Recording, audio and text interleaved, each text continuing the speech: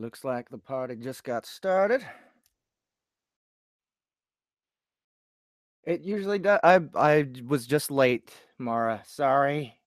I'm sorry. I did not mean to start late. How's everybody doing? I'm stressing out, obviously, because I'm about to head out to Thailand. I'm not packed. Still got a bunch of shit to do before I leave. But at least I can be here with you all.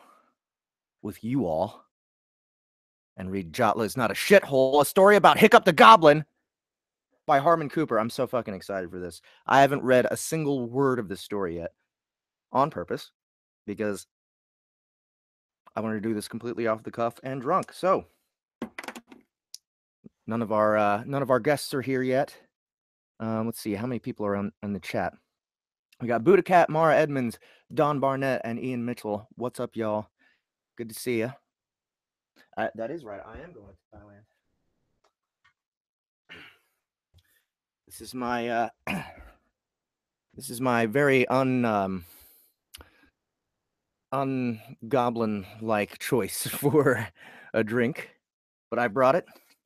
I will be drinking it. At least starting off. I'm not gonna.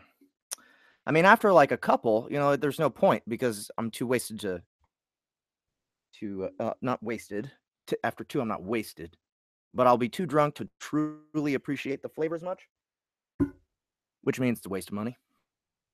So I think I'll be switching to 2 gingers at that point. Ah, Harmon is here, but his microphone is off. And he looks like a watercolor painting. So hot of you, Harmon. Watercolor is hot. It's so hot. A little bit more. I'm not going to get started drinking until there's someone here to toast with me. Look at this mess. Look at that. That's what I'm leaving my house with as I leave the entire country. Harmon, where are you? Where's trying to figure this shit out? There you go. There you go. What's up, man? What's up? You naked? I don't have a camera. This is my new computer, so I don't have a camera on it. I need to get one. How do you? Okay, wait. Is it a desktop? Is that what it is? Yeah. I built it. Okay. Well, that's why it's missing pieces. Yeah. Okay. Wait. Well, let's see. Phantom Kaiju made it. Sin's here. Get up on this YouTube, but I don't also have a YouTube account for Harmon Cooper apparently. Oh, really? Sin says hi to you.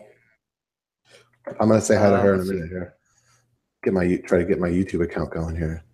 Join NE Reaver. I don't know. I don't know if I've met any Reaver before, but what's up, bro or madam? Join.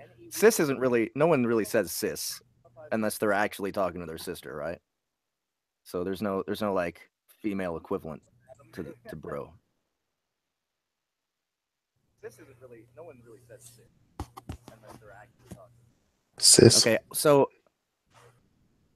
yeah, not like cis white male, but like sister. You know. Okay, so do you have a drink? Can we toast yet? I'm anxious. I want to drink. Relieve some tension.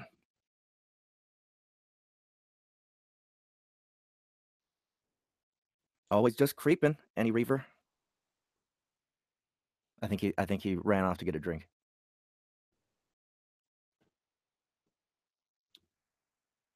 Oh, he's gone. He disappeared from the Hangout. I'm still recovering from this cough, man.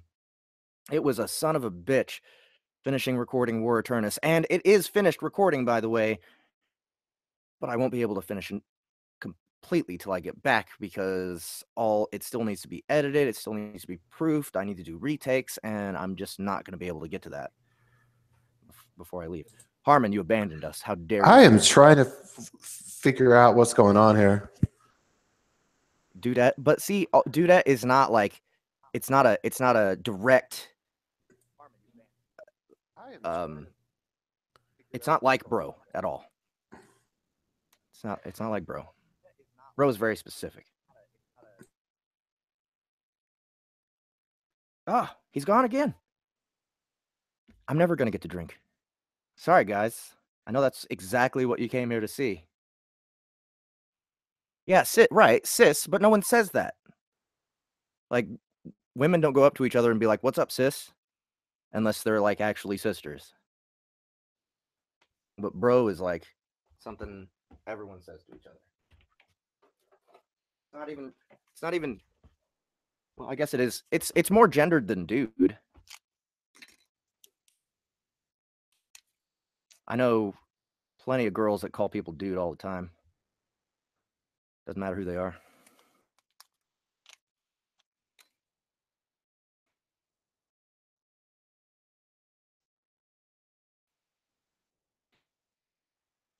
I might just go ahead and have to. Harmon tries to make Jeff quit drinking one drop call at a time. These girlfriends a lot. Girlfriend! Come on, girlfriend.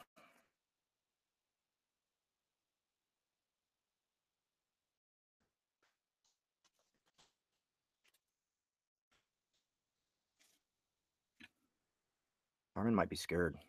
Scared to drink. He might be scared.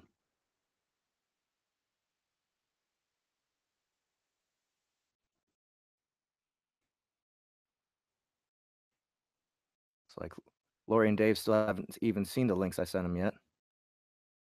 Girlfriend. Oh, Francisco Castellanos. What's up, man? Have not seen you here before. Are you a Harmon fan? Are you from the Proxima Galaxy Facebook group? All right, well, at least Harmon is able to be on the YouTube chat. But he pieced out of the Google chat. Are you just sticking with oh, okay. Are you just sticking with the YouTube chat, or are you going to be on the Google Hangout?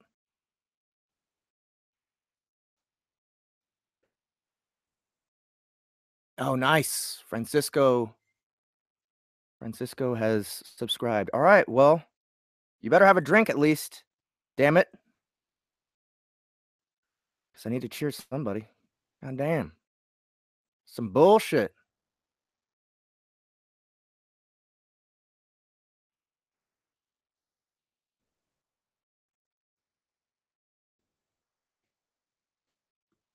All right, so Harmon's going to stay in the YouTube chat with you guys.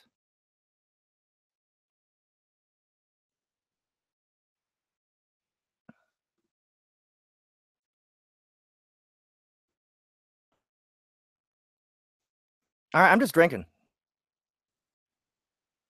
Cheers. Cheers to all you listeners. But feed was oh. Okay. Well,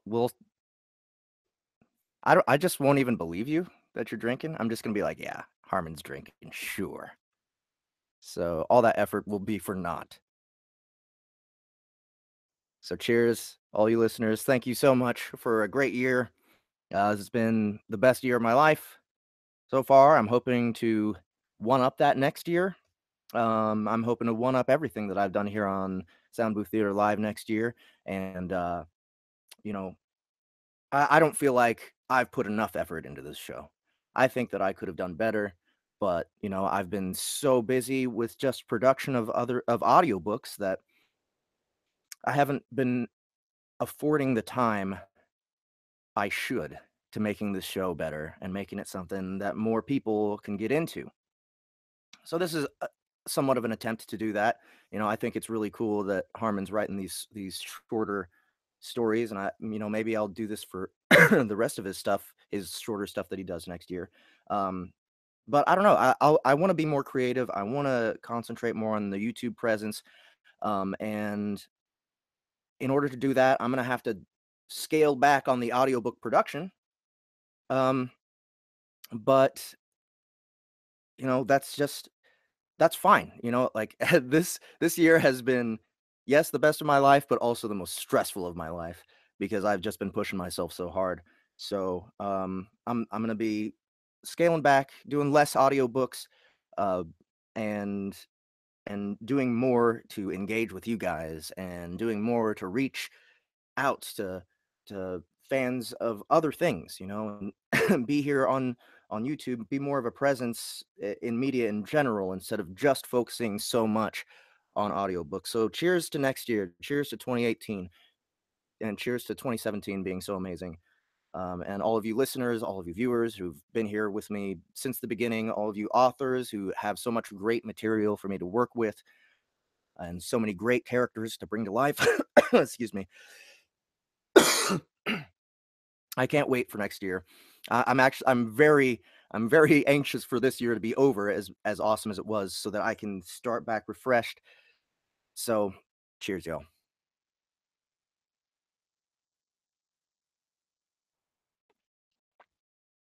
Mm. Whew.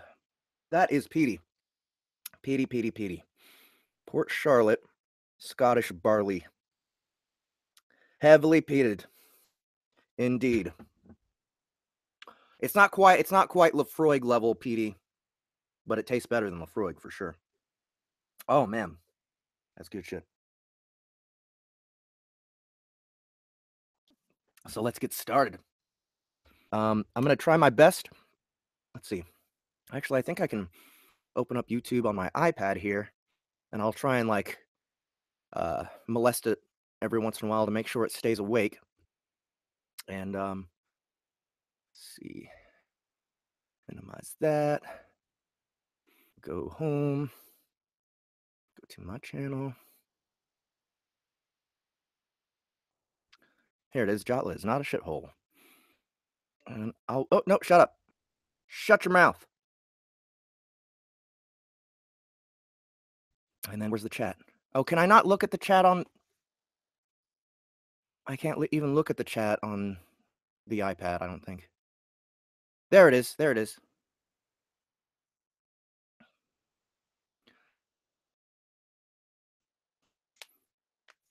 Okay, Dave is also chickening out of the whole Google Hangouts thing, apparently. But that's okay. You're gonna have to take his word for it that he's drinking again. Oh my God, Harmon's talking about our big surprise for next year. Excuse me, guys. I need to make sure that Annie's on board with us for it. But if she is, it's going to be amazing. I can't. I want to talk about it right now, but it's not going to happen. You guys, it's just going to have to be a surprise. And I'm going to keep my door open here. Sorry. I'm going to keep my door open.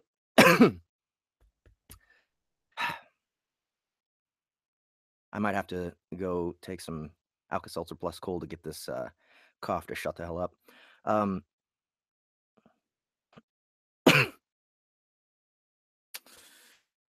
think I'm going to have to do that. But yeah, I can't talk about it right now, but I really want to. And it's going to be innovative as far as audiobooks in general. Harmon's got a great idea. I think you guys probably saw my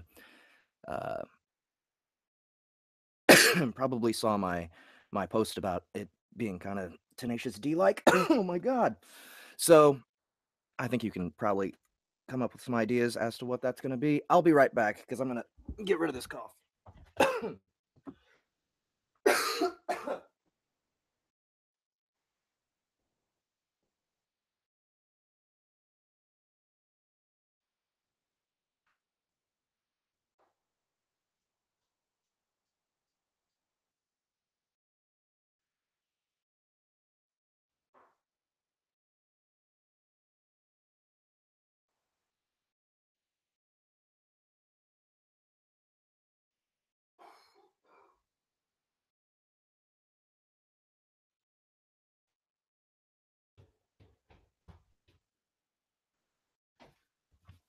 All right, so I'm going to be sprinting. Nope, not closing that. I'm going to be sprinting through this book because it's 22K, I believe, 22,000 words, which should be about 2.5 hours of audiobook, which on this show would be like 3 hours, unless I read fucking fast. So I'm going to do that. All right. Guess who gets the first line? This is Jatla is not a shithole by Harmon Cooper. There's like a subtitle, isn't there?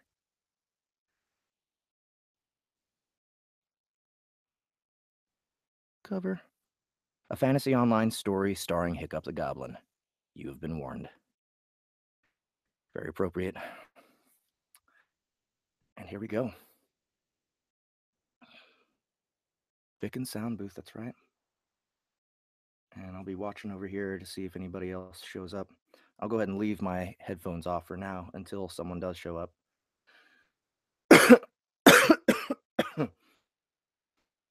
Cheers. Then I'm downing the Alka-Seltzer.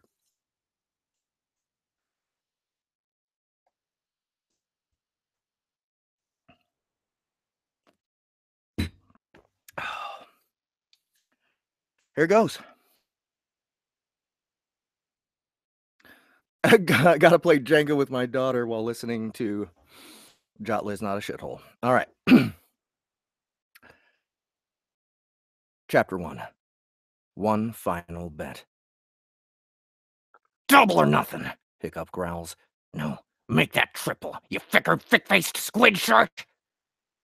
Barry the Ink Shadow, who sits in the back booth of a very dirty pub, laughs long and hard. All right, Barry the Ink Shadow. Double or nothing, huh? His voice is syrupy. Oh, syrupy and high-pitched. Okay. Double or nothing, huh? His voice is syrupy and high-pitched. I'm so used to doing War Eternus that I'm doing the Sam Elliott thing now. Okay. I think I'm gonna go for what's his name? Lead singer of Jane's Addiction. Perry Farrell. I'm gonna go for Perry Farrell for this Ink Shadow. He's a younger shadow, noticeable in the way he holds his shoulders. You've already lost 20,000 rupees and all your fingernails. Need I remind you? Hiccup snorts. Remind me? No, you needn't remind me, you dirty ficker. What feckin' part of early onset Goblinheimers do you not understand? My fick, you're worse than the tourists during the Jatla Theater Festival. Talk about a bunch of poofty snowflake donut hole fickers. What do theater tourists have to do with our little game of 3 cards? Little game? And tourists have everything... Excuse me. And tourists have everything to do with our little game, seeing as how you yourself are a feckin' tourist. At least you claim to be. I am! But anyway, now that you've got me all feckin' wired up, triple or nothing, motherfucker! Hiccup lifts one ass cheek and lets out a squeaker, the sound of which wakes the hobgoblin sleeping at the bar. The hobgoblin turns to them, scowls, and lays his head back on the counter. Cards are scattered across the table, separating Barry and Hiccup. 2 knives stick out of the table, handles up, ready at a moment's notice. While the scene may look incredibly tense to an outsider, and sure, there is no love lost between Hiccup and Barry the Ink Shadow, the knives are actually part of the game they've been playing for the last 30 minutes called 3 cards. Even your run-of-the-mill village idiot could understand a game of 3 cards. First, get rid of all the even cards and the queens. Jacks count as 11 and kings as 13. The 2 jokers in a deck clear out all the cards currently in play. Shuffle, separate into stacks, and play the cards next to one another. If the numbers add up to a number divisible by 3, stab the last card with your knife. If you run out of cards, you lose. If you win all the cards, you win. If you lose a hand, an actual hand, you lose. It's really that easy. You have nothing else to bet me. Oh, you have nothing else to bet me, the Ink Shadow reminds Hiccup. Hiccup throws back his pint of horse piss and slams it on the table. I got something to bet you, you filthy thicker, and it's something octopus queefs such as yourself really seem to get off on. Oh? And what is that, Hiccup? Thick. The goblin tears up. I don't want to frickin' do this, but I'm about to win bigly here, so the risk is worth it. Fick me. You can do it, Hiccup. Shit. I've gone all third person here to control my emotions. My therapist said to do that. Fick him sideways. All right, Barry. The goblin swallows hard. I bet my chalupa. If the ink shadow had an eyebrow, it would raise as he asks, Your what? Hiccup grabs his proof of goblinhood. My fickin' chalupa. If I win, I get everything. If you win, you'll get my chalupa. And we both know how much ink shadows like chalupas.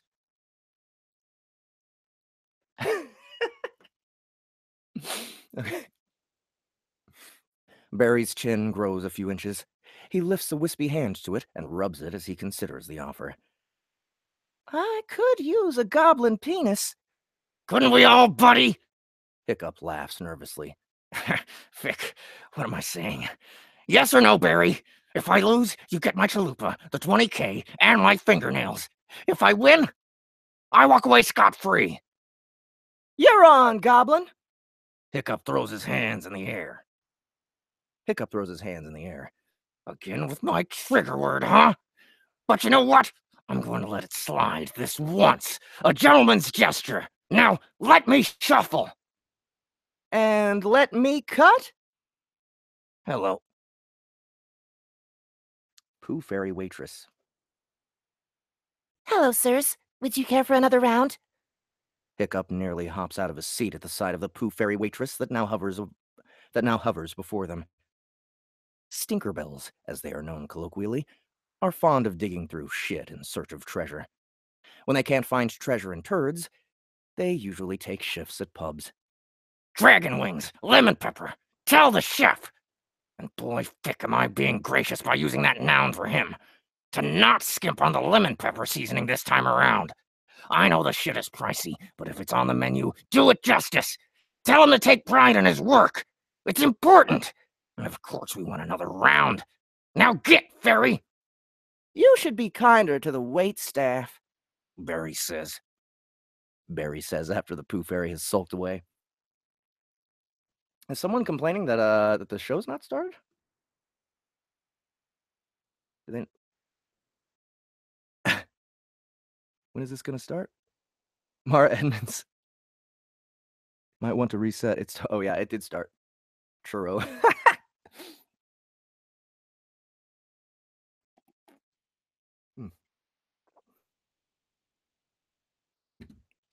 And you should keep your empathy to yourself and cut the deck. Hiccup shuffles the cards once more and turns the deck to the ink shadow. Once the deck is cut, the goblin distributes the cards.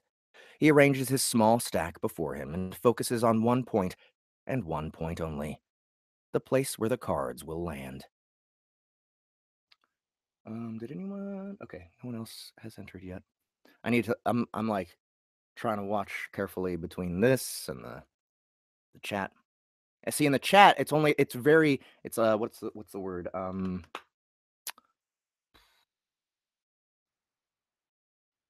Transient. The chat is transient. Like someone will say something and then it fades away. It's not like something that just stays on the screen. So I don't know. Maybe I can.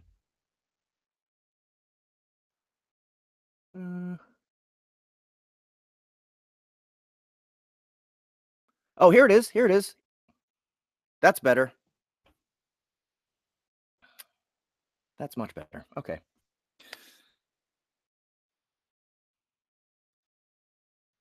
Once the deck is cut, the goblin distributes the cards. He arranges his small stack before him and focuses on one point and one point only. The place where the cards will land. Since Hiccup shuffled, the ink shadow begins. It isn't long before they have a line of cards.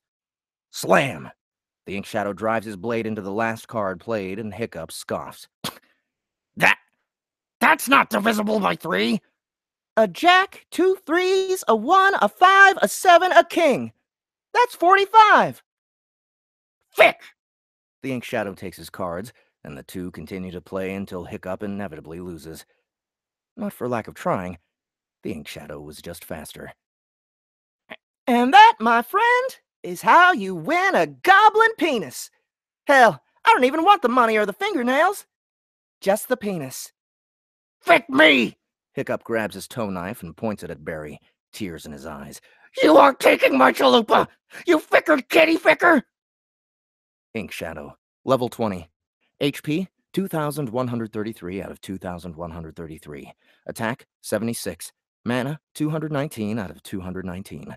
Defense, 183. Magic attack, 139. Magic defense, 92. Luck, 14. What was that? The Ink Shadow snarls. The Ink Shadow is level 20. Hiccup a paltry level 8. It'd be a pretty one-sided fight. A bet is a bet, says Barry, his form growing until he dwarfs the goblin. His chapter breaks are boobs. That's awesome. All right. They're lucky the pub is empty. Aside from a hobgoblin with his head on the counter, the waitress, and a bartender, there's no one around to see the Ink Shadow balloon in size, his menacing maw forming razor-sharp teeth. You'll take my goddamn chalupa over my fickin' dead body! Hiccup hisses as he tightens his grip on his toe knife. You really want to die in Jatla? Fick you! He huffs. The Ink Shadow laughs. I suppose dying in Jatla is not such a bad thing. That said, it is quite a shithole. What? Jatla is absolutely not a shithole! The Ink Shadow laughs even harder this time, his form wavering. Not a shithole? Damn, Goblin! Have you even been outside the doors of this pub? Fick yes, I've been outside. I've lived in Jatla most of my life. Work here, too. You? Work? Barry's form decompresses.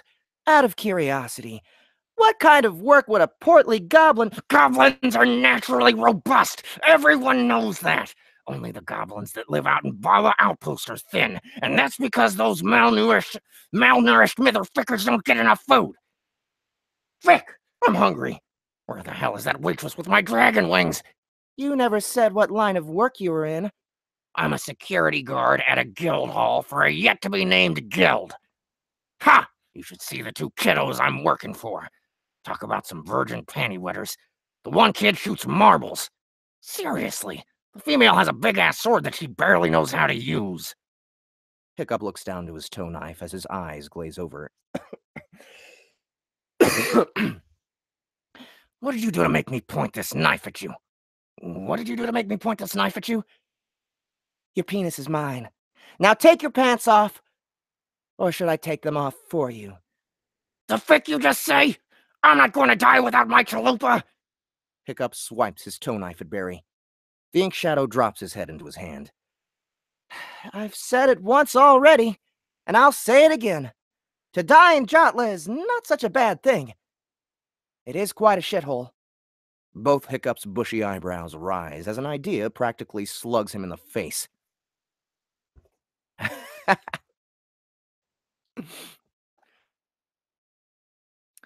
Why are you looking at me like that, Goblin? Like you've seen your own mother naked. I've seen my own mother naked, and I'm not a I have seen my own mother naked, and I'm not ashamed to admit it. But that's beside the point. So, you think Jatla is a real shithole, right? Barry nods. The shittiest of shitholes. The word Jatla actually means shithole. No, it means filthy. And this city— Hiccup coughs, unable to keep his own bullshit down. is not a shithole. It is anything but. With that in mind, you ready to make one final bet? Another bet? Barry's form relaxes even more. If I can prove to you that Jatla isn't the shithole you say it is, I get to keep my chalupa. What do I get out of this bet again? Aside from the penis you already owe me?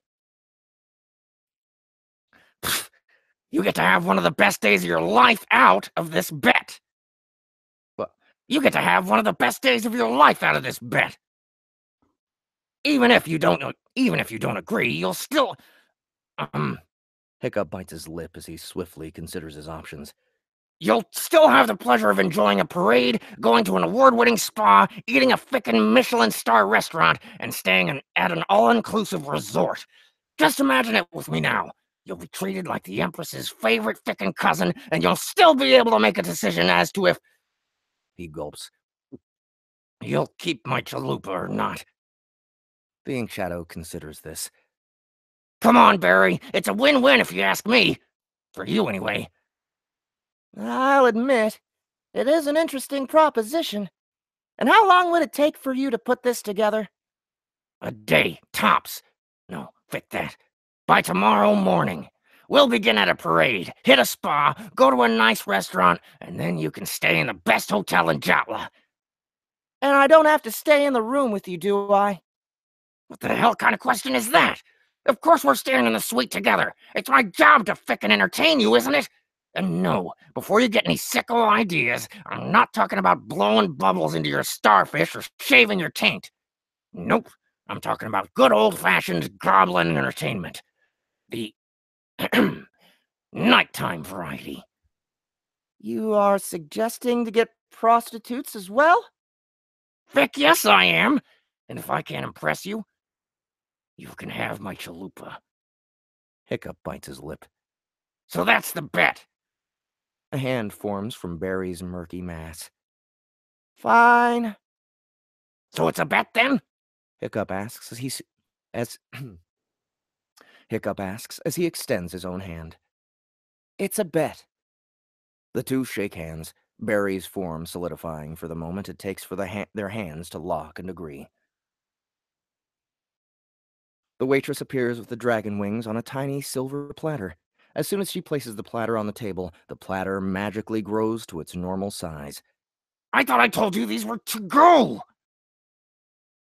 I thought I told you these were to go! Hiccup tells the waitress. I don't recall. And another frickin' thing, you forgot our pints.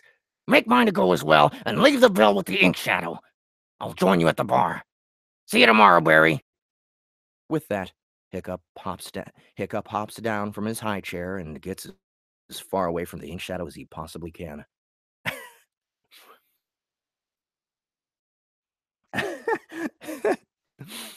Oh. I read with that. I don't know how I read with that straight of a face. I guess I'm in it. Hiccup wouldn't laugh. It's kind of like, you know who I always admired for keeping a straight face is Ollie G. Sacha Baron Cohen with his characters, you know, from all those from his show, really. I mean, I never really liked his movies. I think that his, what was it, Borat was pretty good, but it wasn't as good as his show. His show was amazing, and watching him keep a straight face while talking to these people was mind-boggling.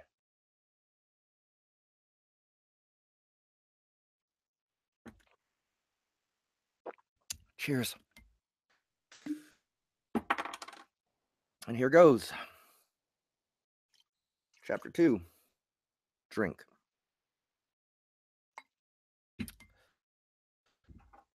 I wonder if I'll make it through this entire thing. We will see. See, I'm looking to see if anyone else wants to come in. All right. I don't see anybody. But we got 13 viewers. That's cool. What's up, everybody? Oh, no. The chalupa. Stephen Wright, ultimate straight face. That's true. That's true. Cheers. Actually, I should get some water real quick. Just, not really. I mean, I know it's kind of cheating, but I got to make sure my voice can actually work.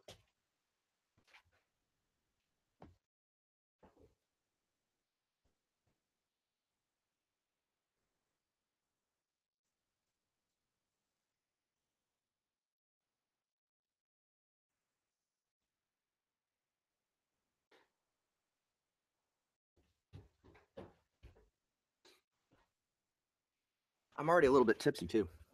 So that makes it a little bit easier to keep a straight face. Does it?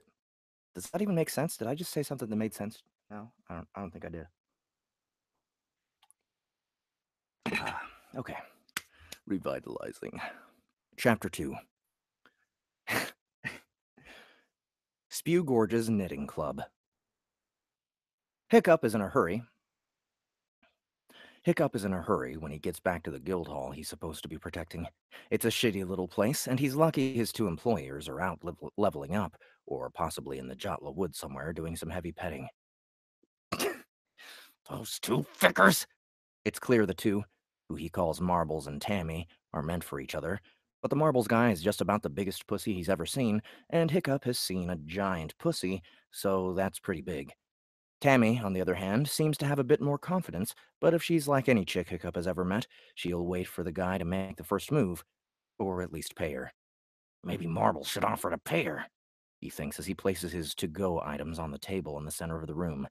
Fick, focus, Hiccup! He quickly throws back his to-go pint of horse piss and tears into the soggy sack of dragon wings.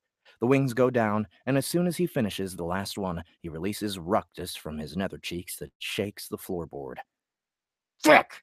Hiccup checks his britches, and once he's sure he hasn't shit himself, or at least hasn't shit himself that much, Hiccup waddles over to his personal belongings, which he keeps in a large chest by the door. The goblin finds what he's looking for in the form of a small, leather-bound book. He flips it open to find Spew Gorge's address on the 3rd page. Not able to come to grips with the fact that he has started to forget things. Damn early onset Goblinheimers. Hiccup keeps a journal with the contact details of the people he knows, or better, the people who owe him a favor. Same frickin' address as last time. Hiccup mumbles to himself as he heads out the door. He thinks about leaving a note about why he's not guarding the place. But there's no time, and he has less than 24 hours to show Barry the Ink Shadow the time of his life.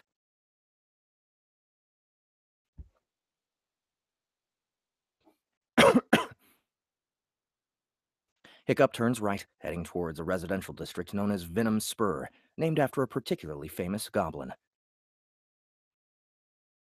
Get your cattails here! A gobliness... where'd it go? A gobliness calls out. She pushes a blue cart with 3 wooden wheels. Hiccup stops, his nostril flaring as he takes in the smell of the barbecue cattails covered in tartar sauce. Fick! He licks his lips. Nope. No time. It takes Hiccup all of 20 minutes to navigate through the crowded, filthy streets of Jatla. As he enters Venom Spur, garbage lines both sides of the narrow road he has taken, most of it due to striking city workers.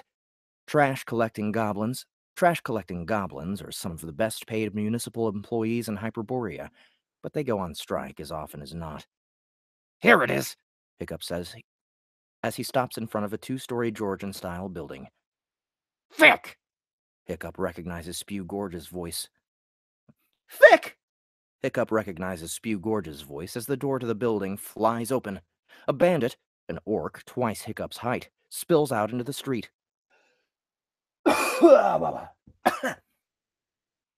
Orc, level 4. HP, 140 out of 140. Attack, 28. Defense, 38. Magic attack, 0. Magic defense, 35. Luck, 1. Hiccup equips a tomahawk and a small, dinner plate-sized shield. I got him, Spewy! He bashes his tomahawk against the front of his shield. Hiccup! A voice calls out from the open window. Fick you! Out of the way, goblin! The orc says, baring his sharp fangs. Like Fick, I'll get out of the way! Hiccup slaps his tomahawk against his shield again. Bring it, you ficker! The orc unsheathes a short sword. He places his sack full of loot on the ground and brings his weapon to the ready. Get ready to die, goblin! Son of a Fick lord! Hiccup bristles, gains his confidence again, and moves in for an attack. Better at playing defense, Hiccup brings his shield up to meet the orc's first swipe. The big bastard brings his blade down hard, the sound of metal on metal ricocheting down an alley. Get the Fick out of here, Hiccup! Spew Gorge shouts, now at the window. Hiccup's cousin, and quite possibly his son, it's a long story, have been at odds since Spewy hit his rebellious years. I'm trying to save your ass. Hiccup blocks another strike. An opening presents itself. He smashes his tomahawk into the side of the orc's thigh. Arrgh! Minus 45 HP. Frick yeah! Hiccup's celebration is short-lived when the orc brings his free fist up and down onto the goblin's bald head. Minus 62 HP. Seeing stars now, Hiccup stumbles backwards. The orc is injured, clear in the way he's dragging his leg, and his attack goes wide, yet again giving Hiccup an opening. The cantankerous goblin equips a great axe he won in a game called Natty Dread. His head still spinning, the goblin leaps towards the orc, his great axe overhead. Minus 156 HP. Critical hit! The orc's arm and weapon go flying, and the towering bastard falls to the ground, kicking up a cloud of dirt and debris. Huffing now, Hiccup gives the orc the Robespierre treatment. Insta-kill! Blood squirts from the orc's neck as his head rolls sideways. Hiccup immediately inventories his weapon and shield, and comes back with a healing potion. Thick! That's the good stuff, he says, as he throws the potion back, wincing as soon as his heartburn sets in.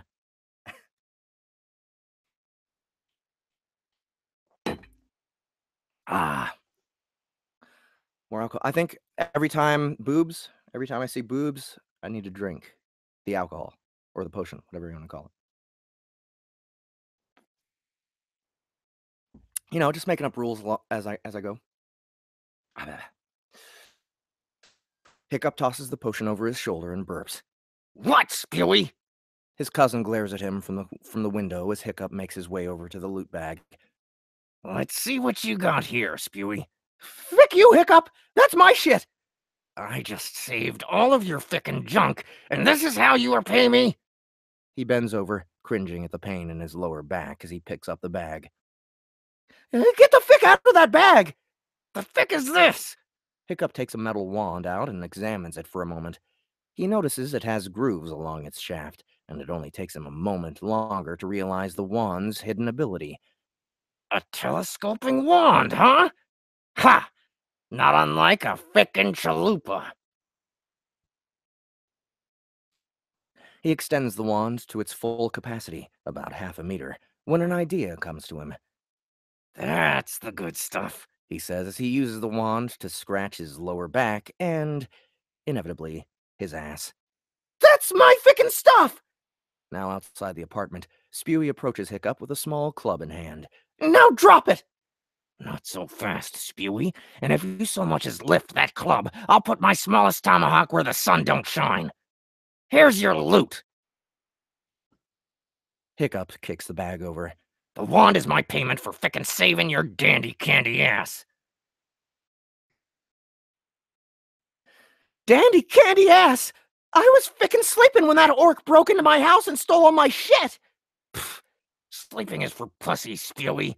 Gobnapping is for goblins. But, semantics.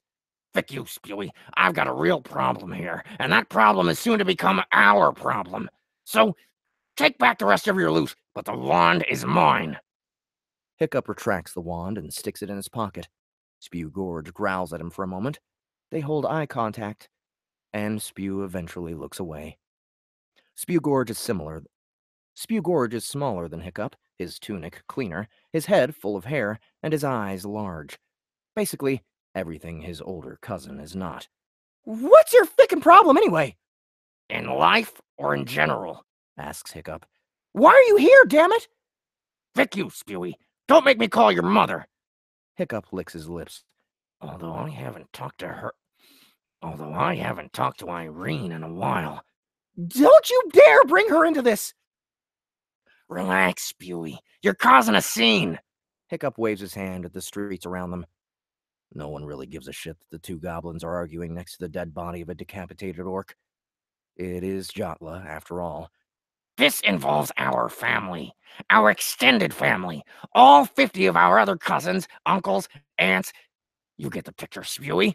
What involves our family?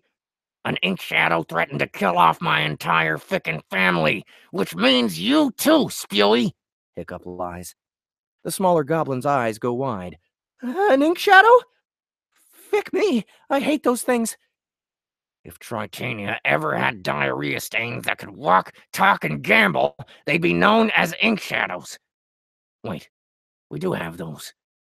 Fick it. You know what I'm trying to say, and I'm ficking in agreement with you there, Spewy. And I'm ficking in agreement with you there, Spewy. Ink shadows are no laughing matter. That's why I came to warn you. Spew Gorge shudders. Is there anything we can do to stop it? Well... Hiccup bites his lip for a moment, knowing all too well that it will add some tension. There is one thing. Fick me, Hiccup. What is it? I hate ink shadows. Spew Gorge starts to bite his nails. Fick! Relax, Spewy. If we can somehow get a parade together, the ink shadow will leave our lineage alone. A parade? Spew eyes him suspiciously for a moment.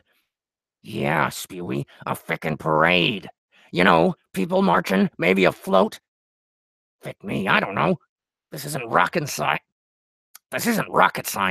Ink shadows are big-time poofters. You know this. I know this. Don't know what kind of poofter would come up with wanting to have a parade in exchange for sparing a goblin family, but that's the cards we were dealt. Not the only thing he wants either. He wants a day at the spa, a nice dinner, and a nice hotel stay. But you don't have to help me with that. Spew Gorge's eyes shoot sparks. Wait a fickin' minute. Did you say cards? Did you fickin' lose a bet with the ink shadow? Hiccup takes a step back. A bet? Frick all that is holy and then some, Spewy. How dare you accuse me of gambling with an ink shadow? Do you think I want to lose my chalupa or something? Spew Gorge considers this. It is true. They do love chalupas. Real fickers. So a parade. Any ideas? And don't act like you don't owe me a favor anyway. Hiccup retrieves his small, leather-bound book. I've written down all the favors people owe me in here. Addresses, too. A favor? I don't know you shit. Hiccup. Hiccup licks his fingers and opens the book, flipping through the pages until he lands on Spewy's name. He snaps it shut immediately. What? My book says you owe me a favor. You consider this. So consider this that favor. What fickin' favor? Spew protests. You didn't do fick all for me. You just don't remember, Spewy. You were drunk. But you know what? That's all beside the point. We need to get a fickin' parade together. Any ideas? Spew Gorge sighs. Fine. Fick you. But just this once, and only because the ink shadow is after me, too. Whew. When you see boobs, you gotta drink.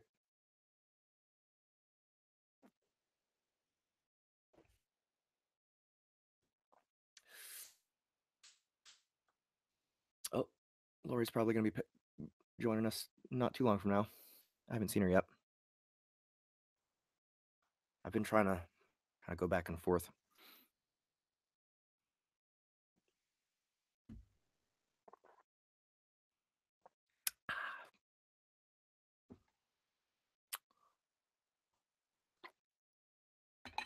Ooh. A meetup? That's the poofiest fickin' thing I've heard all day. Hiccup says as he and Spew navigate the cluttered streets of Jatla's garment district.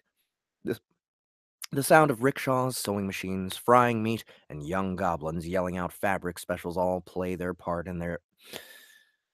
The sound of rickshaws, sewing machines, frying meat, and young goblins yelling out fabric specials all play their part in the overwhelming nature of Jatla's garment district. Meetups aren't poofy. They're great places to meet people and make new friends.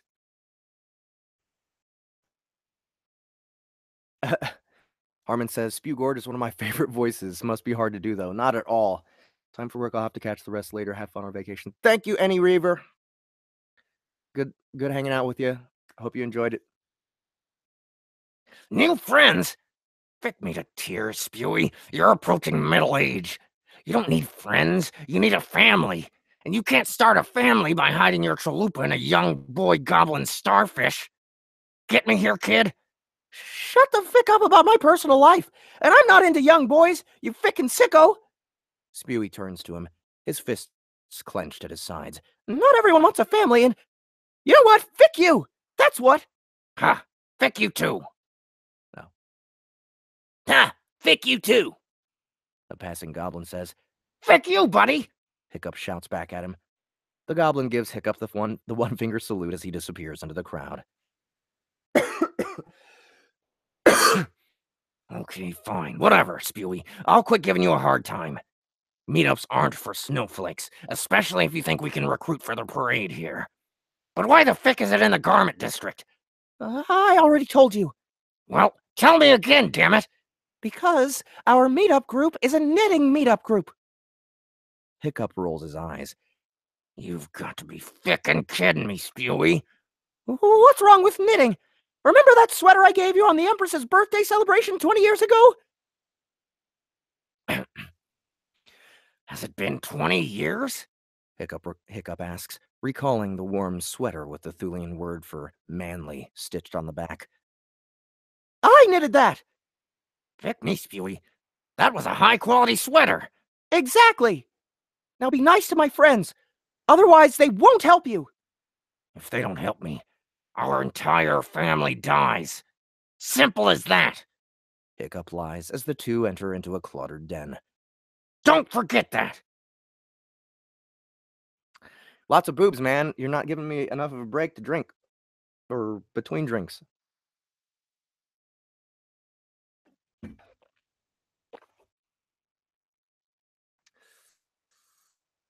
Heavily peated.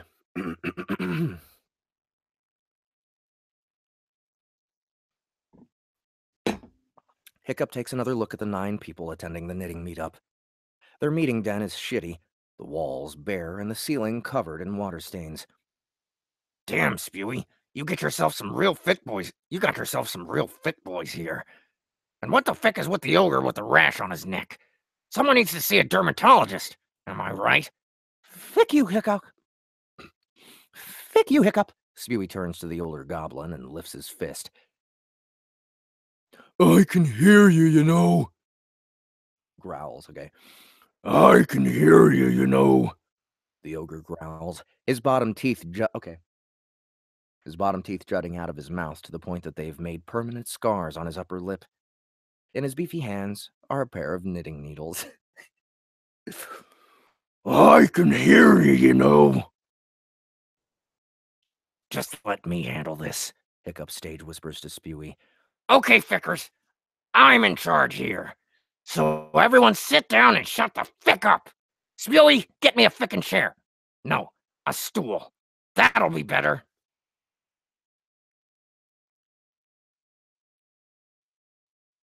Hiccup, I'm no one's little fickin' bitch. Now if you want my help, you'd better be nicer to me. Hiccup places an arm on Spewy's shoulder. Sure, kid. You're no one's bitch. Keep telling yourself that. Now get me something to sit on before I share embarrassing details of your childhood with your friends here. Spewgorge throws his hands in the air and goes to the back of the small den to find a stool. Listen up, everyone! Hiccup takes yet another look at the gathered knitters and sighs miserably. There's the ogre with the overbite. Oh, overbite. I did an underbite. There's the ogre with the overbite, 2 elves, a drow, a knight in shining armor, a female goblin with curly whiskers hanging from her chin, a boyfriend-girlfriend pair of rogues, a warlock with a heavy skull necklace, and a were-tiger wearing a leather jacket. We're listening, says the ogre, who has gone back to knitting a maroon scarf. Okay, fickers, your little knitting meetup is over. We have some real important shit to do tomorrow, and I have it on good authority that you 9 are the best Jatla has to offer. Hiccup's stomach grumbles and his ass responds. The female goblin's nostrils flare as she considers the smell.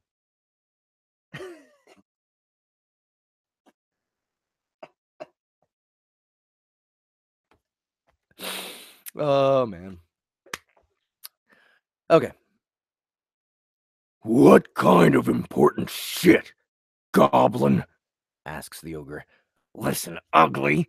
If you and I are going to frickin' get along, you're going to need to understand the proper way to address me. The name is Hiccup.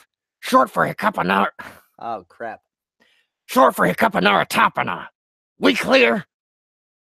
My name isn't ugly.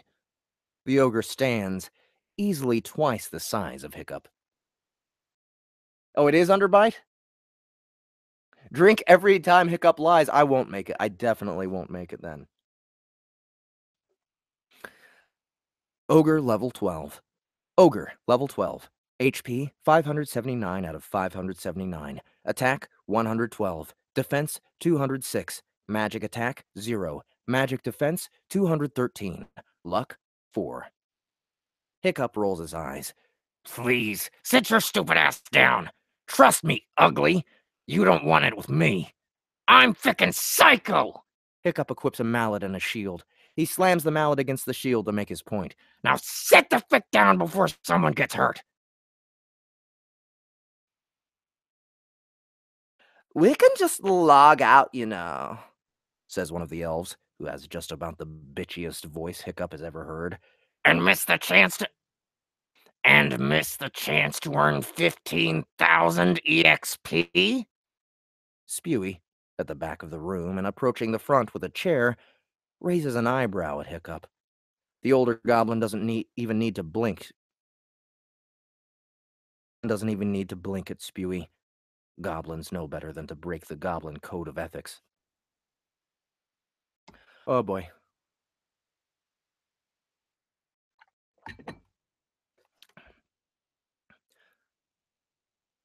$15,000. Any rupees involved here? Oh, sultry voice, sorry. 15,000? Any rupees involved here? Asks the gobliness with her sultry voice and whiskered chin. That's right! Licious.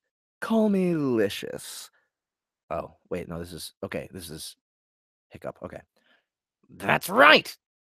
Licious. Call me Licious. That's right, Licious. 15,000 EXP and an equivalent number of rupees. Spewgorge places the stool next to Hiccup, and the elderly goblin takes a seat, crossing his arms over his chest. Okay, the drow. Is the drow the bitchy one?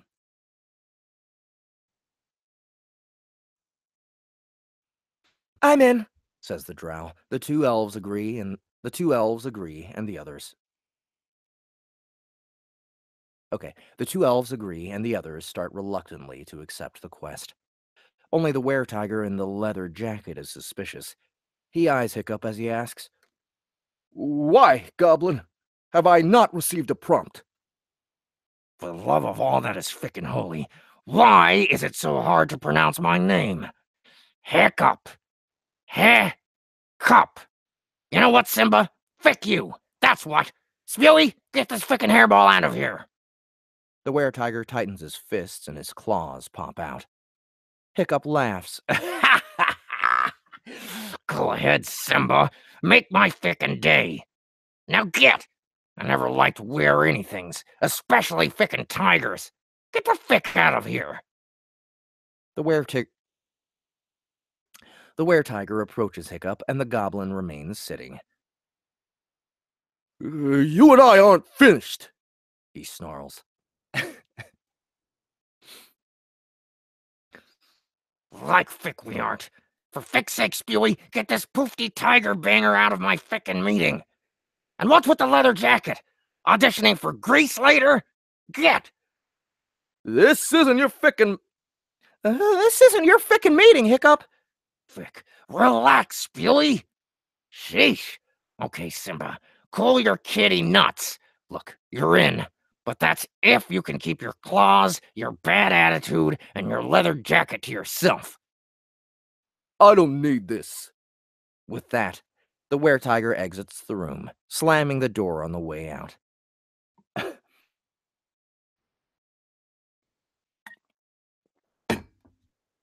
This much Hiccup is hell on the voice. Frick! Glad he's gone, am I right? Hiccup asks the 8 knitters. No one says anything. The ogre returns to knitting his scarf. Someone smelled like cat piss, and I'd bet good rupees that it was that guy. Okay, so the plan. Listen, everyone. I didn't want to tell you outright because I knew that some of you would start spreading rumors. But seeing as how that damn were-tiger stirred up the animosity in the room, I'll go ahead and say it. The Empress is coming tomorrow, and I need you fickers to put on a parade. The female goblin cackles. The Empress coming to Fickin' Jatla? I've never said "fick" with a sultry voice before.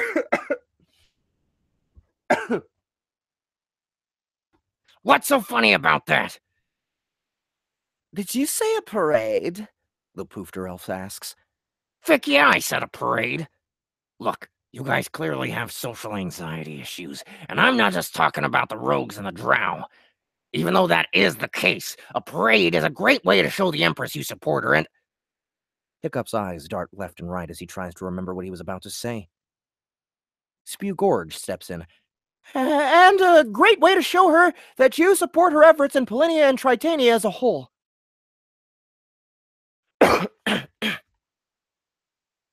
Oh, Lori, what are you doing? Get in here.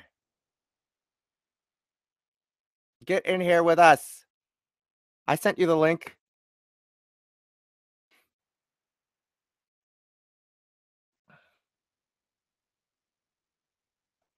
Even though I read this, it seems different in audio, says Tiara Pirish. That's because you're hearing it straight from Hiccup's mouth. That's why. Coming, she says. That's exactly how Lori sounds, by the way, when she's not when she's not narrating audiobooks. If you hang out with her in person, she sounds just like this. No, I'm totally fucking with you. There she is. I sound just like that. Yeah, she sounds just like this. Are you guys? You're not seeing me, are you? I don't see you. The F. She flaps. Did you see what I just did on the? You can hear me though, right? You can hear me. That was me. Okay. Yes, I can hear you. I'm already partly drunk. Are you? Well, I don't know why there's a camera. Have you started with your rum yet? I'm on the wine for now, but I'm worried I'm not drunk enough for this. You guys, you've got a drinking game going. What is it? Okay, the drinking game is every time you see boobs in the text.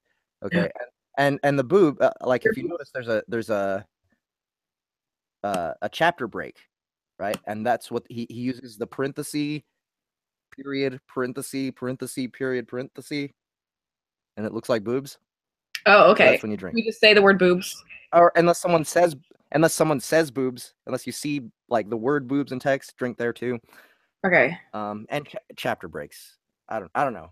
I'm so bummed that you can't see me. Should I hang up and call back or? Yeah, I don't know. Well, what are you calling through, or what are you talking to us through? Same as ever. I have just a regular USB microphone, Blue Yeti, instead of my usual microphone. Oh, okay. All right. For Christmas. But it's my laptop. Do you see the settings thing? Yeah, it's just saying there's a camera problem. No camera found. No camera found. That's some bullshit, Lori. It's always been automatic. Lori's much better looking than me, so like it would be better for everybody else too. You know, this sucks. I'm gonna hang up and call back in just 1 sec. Okay, try again. Jehovah's Dragon, what's up, man? What the fuck is going on here, folks? Harmon Cooper just gave us another excuse to drink. So I'm gonna go ahead and do that. We're waiting for Lori to come back. I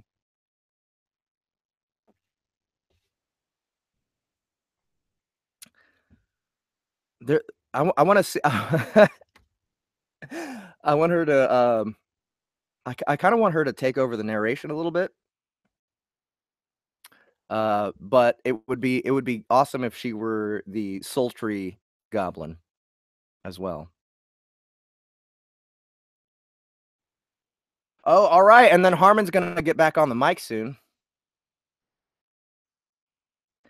come on, Jehovah's Dragon. Do you gotta be this way? Why don't you just hang out and drink with us and watch this silly stream? Because we are reading Jatla is Not a Shithole by Harmon Cooper, and you are like trying to do some weird. I don't know what you're trying to do, dude. I mean, I'm not gonna boot you because I really don't know how. But you're fucking up our chat, dude, and it's not cool. You should just hang out and have fun. Listen to fucking Fickin'. Listen to fucking Hiccup.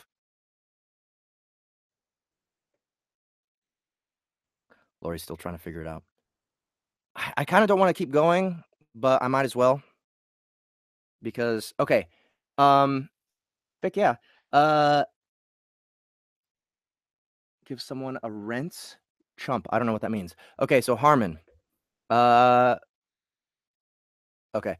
Harmon, in chapter 3, who's good female voices? I'm gonna go ahead and finish off chapter 2.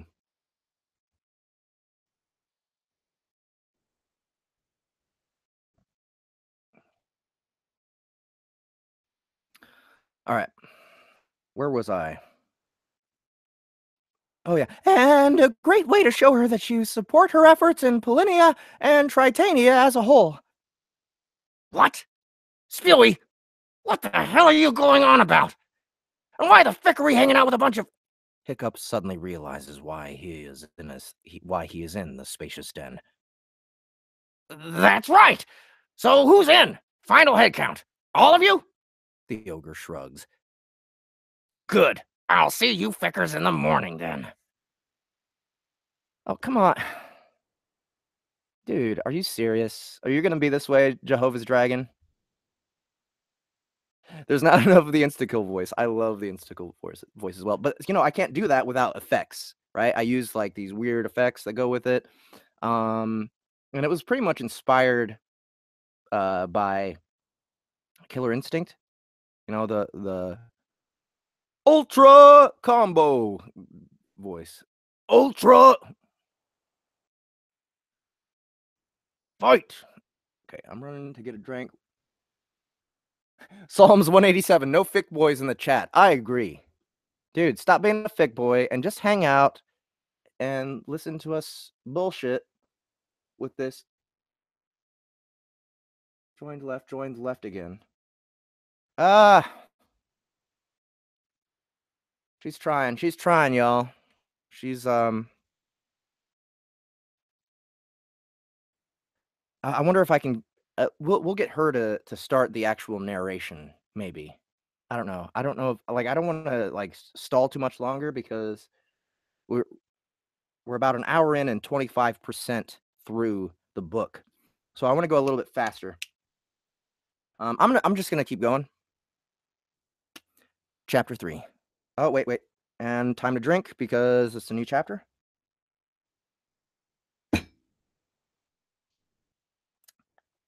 And time to refill.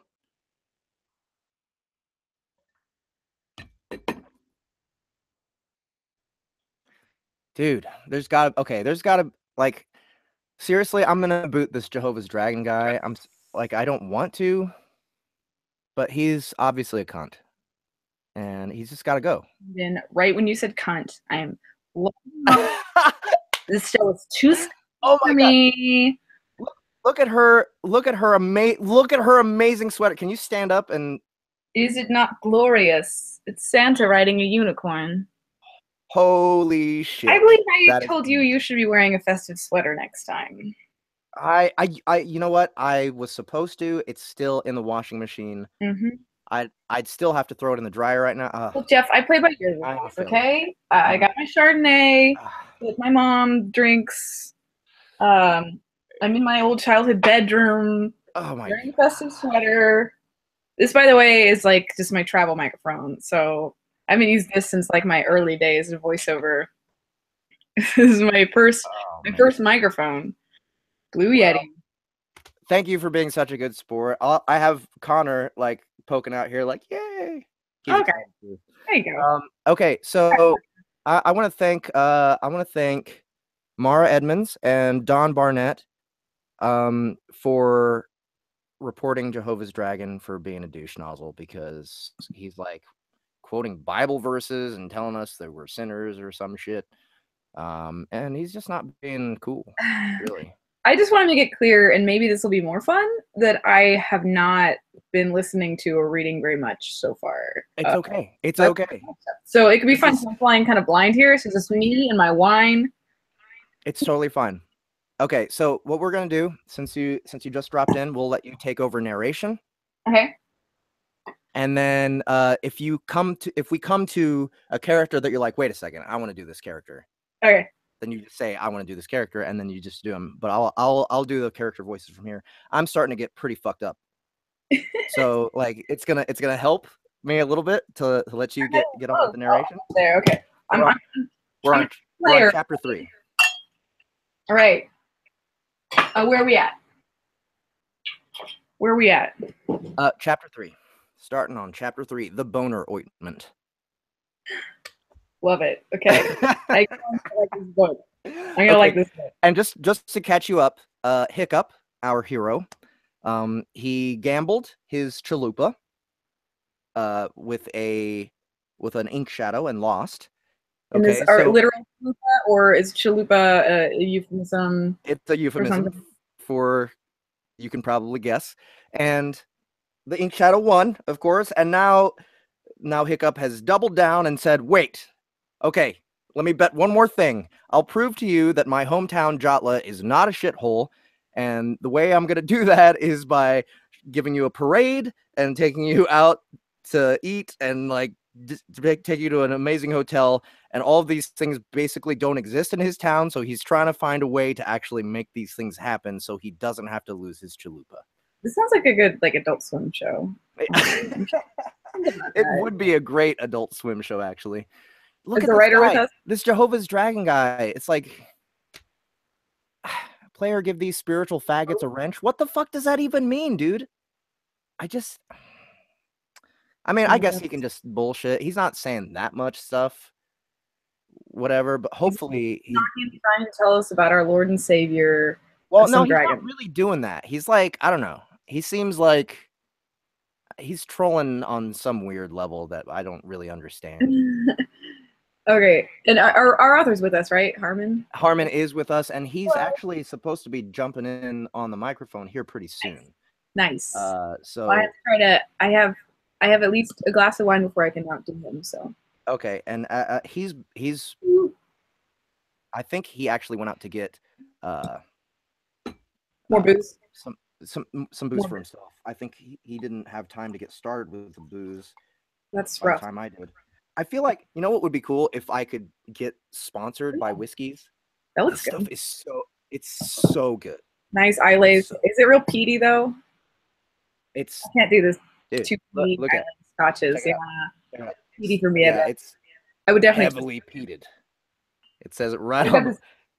Uber sweet. It's literally cupcake brand Chardonnay. This is my mom's wine. Aww. House. And at some point in the recording, they might just call me and be like, "Lauren, do the dishes." Do you have relatives there that may pop in on Google this? Hangout bomb that might Google Hangout bomb you? Google Hangout bomb. They better not walk in while I'm recording this because they're very conservative. Just FYI. We're both cover guys. All right. Okay, where are we? I see 3. The boner ointment. The boner ointment ready? I'm ready to go. Okay. Is it the top of chapter 3? The very top. On the top. All right. Chapter 3. The boner ointment. I can't believe they all agreed. Spew says as soon as they've left the garment district. Hiccup waves his cousin's concern away. All it takes is a little confidence and a whole lot of lies. You'd be amazed at what you can accomplish if you just turn up the bullshit by a fickin' hair. And thanks for saving my ass back there. Goblinheimers. It ain't nothing to joke about. How are you going to get them the rupees and the EXP? Spew George asks as they pass under an archway that leads to Jatla's Red Lamp District. Just about anything one could imagine goes down in the Red Lamp District, but that's not why Hiccup has come here. Not that he wouldn't partake if his younger cousin offered to cover the bill. I'm not giving those fickers anything. Hiccup chortles. What?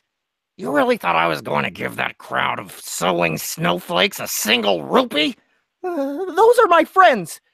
The Goblinita, sure. I'd make friends with her. Hiccup licks his lips. But the rest? Talk about some frickin' losers, especially Simba the Were-Tiger and his leather jacket. Look, Spewy, if you want reliable poof-cakey friends... Poof-cakey? Poof-cakey. You should come on over to the guild hall I'm working security for nowadays. Spew Gorge. Spew Gorge. Stops and places his hands on his waist. I'm not turning back to see you with your hands on your waist. Oh, no, shit. I'm not turning back to see you with your hands on your waist, Spewy. Hiccup, you better make good on your promise. Those are my fickin' friends. Hiccup rolls his eyes as he turns to his cousin. Fine, Spewy. I'll be sure to give them all the EXP and rupees I promised. Really? Sure. You have my word. Now let's get on with it.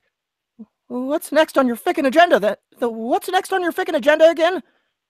Now that I'm one step closer to chalupa retention, next is securing a massage, then some grub, then a room at the Golden Swine. Gee, Fick, Hiccup, you're really going all out. A tall drow boy in boy shorts with a cottage cheese ass struts in front of the goblins. Hiccup traces her melty hour. Wait. It said. Wait. What is a drow? No, a tall drow in boy shorts. Okay, so not necessarily a boy. Is a drow a word that I don't know, or is it a made up word? Okay, yes. So a drow is a dark elf. That's okay. So Lori is not as nerdy as the rest of us. So we need to. I'm conversational and nerd. I wouldn't call myself fluent. Right. So a drow is a dark elf. Okay. So just picture an elf with like bluish black skin. Okay, I hope that the drow has a voice because I want to do that one. A tall drow in boy shorts with a cottage cheese ass struts in front of the goblins. Hiccup traces her melty hourglass body with each sultry step she takes. Never been with a drow, He says under his breath to Spewy. I don't support prostitution. Spew Gorge informs him. Now it's Hiccup's turn to get offended. You don't support prostitution? That's like saying you don't support ponytail races. How the hell do you think your mom got pregnant without prostitution? Vic, you Hiccup! Don't talk about my mother! Irene is a good gobliness. Don't get me wrong, kid. But courting her is like courting a Thulian princess or some shit. Spew's face goes red. What the frick are you saying about my mother? How would you know about courting her? It's common fickin' knowledge, Spewy. Everyone in the family knows. Fick you, Hiccup! Why do you always have to be so fickin' confrontational? Fick me? No. Fick you, Spewy. If you aren't going to be helpful, take your dandy candy ass back to your little group of emo... Start over. Take your dandy candy ass back to your little group of emo knitters and get working on tomorrow's parade. I don't have fickin' time for quitters. And you're the one who is confrontational. Fine, but you better be fickin' nicer tomorrow. With that, Spew Gorge spins on his heels and takes off down the street. Hiccup catches up to the sexy drow with the badunkadunk. I prefer badonkadonk myself, but the author clearly has a preference for badunkadunk. I respect that. Really? Is that how it goes? Is it badonkadonk? With an O sound, donk. Okay. All right. Public opinion, maybe. He's a good kid, really, but he's misguided. The goblin says without introducing himself, or telling her who he's referring to. He did save my ass back there, though. But that's the goblin code. If you're part of a lie, you stay part of that lie. Feel me? All right. Yeah, miss. So whatever you say. 200 rupees for a feel, 700 for a handy, 1400 for a blow, 2,500 for sex and a blow. Anything else, sweetie, just ask me, but no backdoor business. Hiccup stops for a moment and looks the drow over. He doesn't want to admit how broke he is. Last he checked, he had 300 rupees, and that's not counting the 10,000 he lost to bury the ink shadow. Or did Barry forgive the debt? He can't remember. Still, 300 is enough for something. How about a half-handy and a feel for 300? Hiccup asks. The drow goes from flirty to fierce, faster than it takes him to squeeze out a fart of terror. Negative 56 HP. She slaps the living hell out of him, and once he's down, she brings her foot back and gives him a hard kick in the chalupa. Negative 231 HP. Critical hit. Get the fuck out of here, you cheap ass. Fick me, he whispers as she storms off. Once he can feel his legs again, Hiccup rolls over to his side, the bottom of his belly now sticking out of his stained tunic. He reaches for a passing goblin, and the goblin shrieks. Relax, Hiccup says, slowly gaining his composure. Frickin' drow got me in the chalupa. The goblin stops and turns to Hiccup. You want me to do that one? It's okay. It's just a passing goblin. Oh, okay. If you want, yeah, you can do it if you want. Drow, you say? Which drow was it? He asks, a note of mischief in his voice. Fick if I know. Hiccup says. She had a fat ass, though. Probably not far from here. Yoy! He rolls all the way and sees the drow sashaying across the street now. That's her, pal. Thanks! The other goblin quickly crosses the street, talks to the drow for a moment, and together they dip into a dark alley. It's a few minutes later when Hiccup hears the goblin cry, "Yoy!" from the dark alley. What a sick fick. He mumbles as he gets to his feet. Boobs. Boobs. Boobs. Boobs.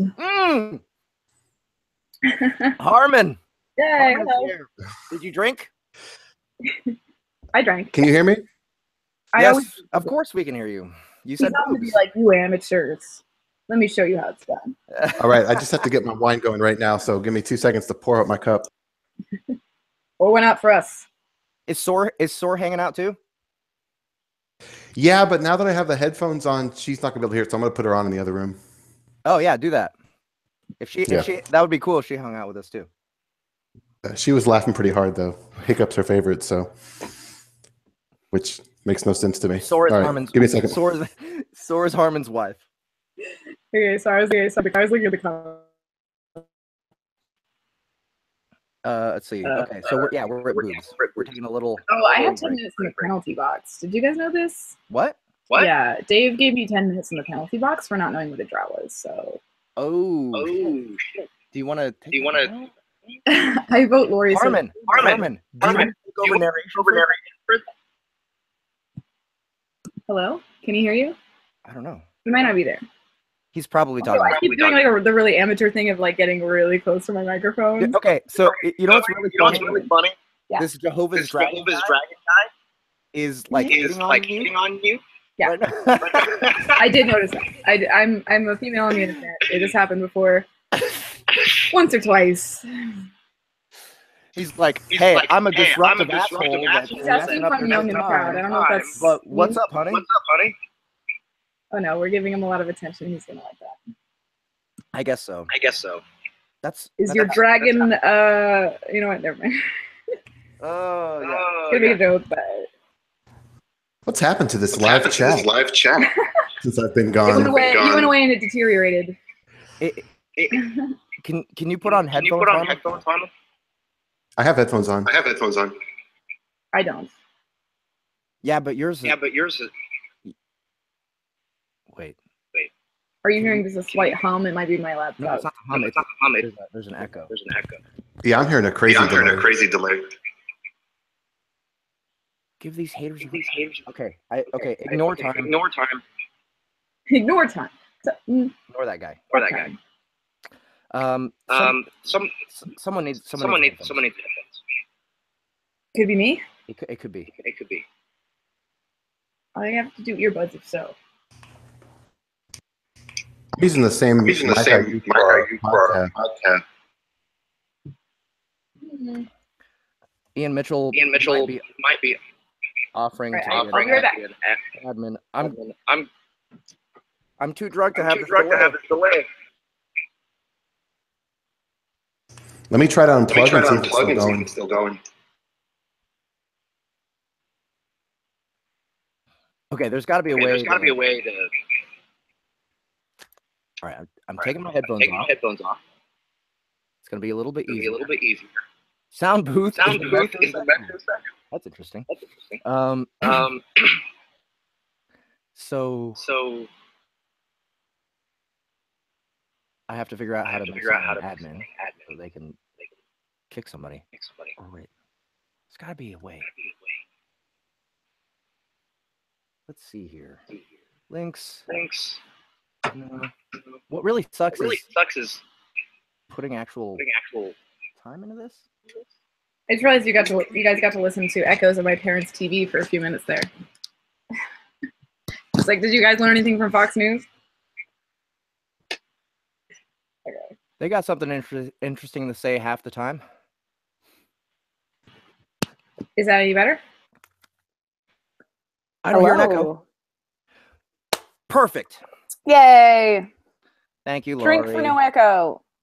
I'm going to say something. Did it echo? Did you say drink for your echo? You got an echo to me, but not a delay.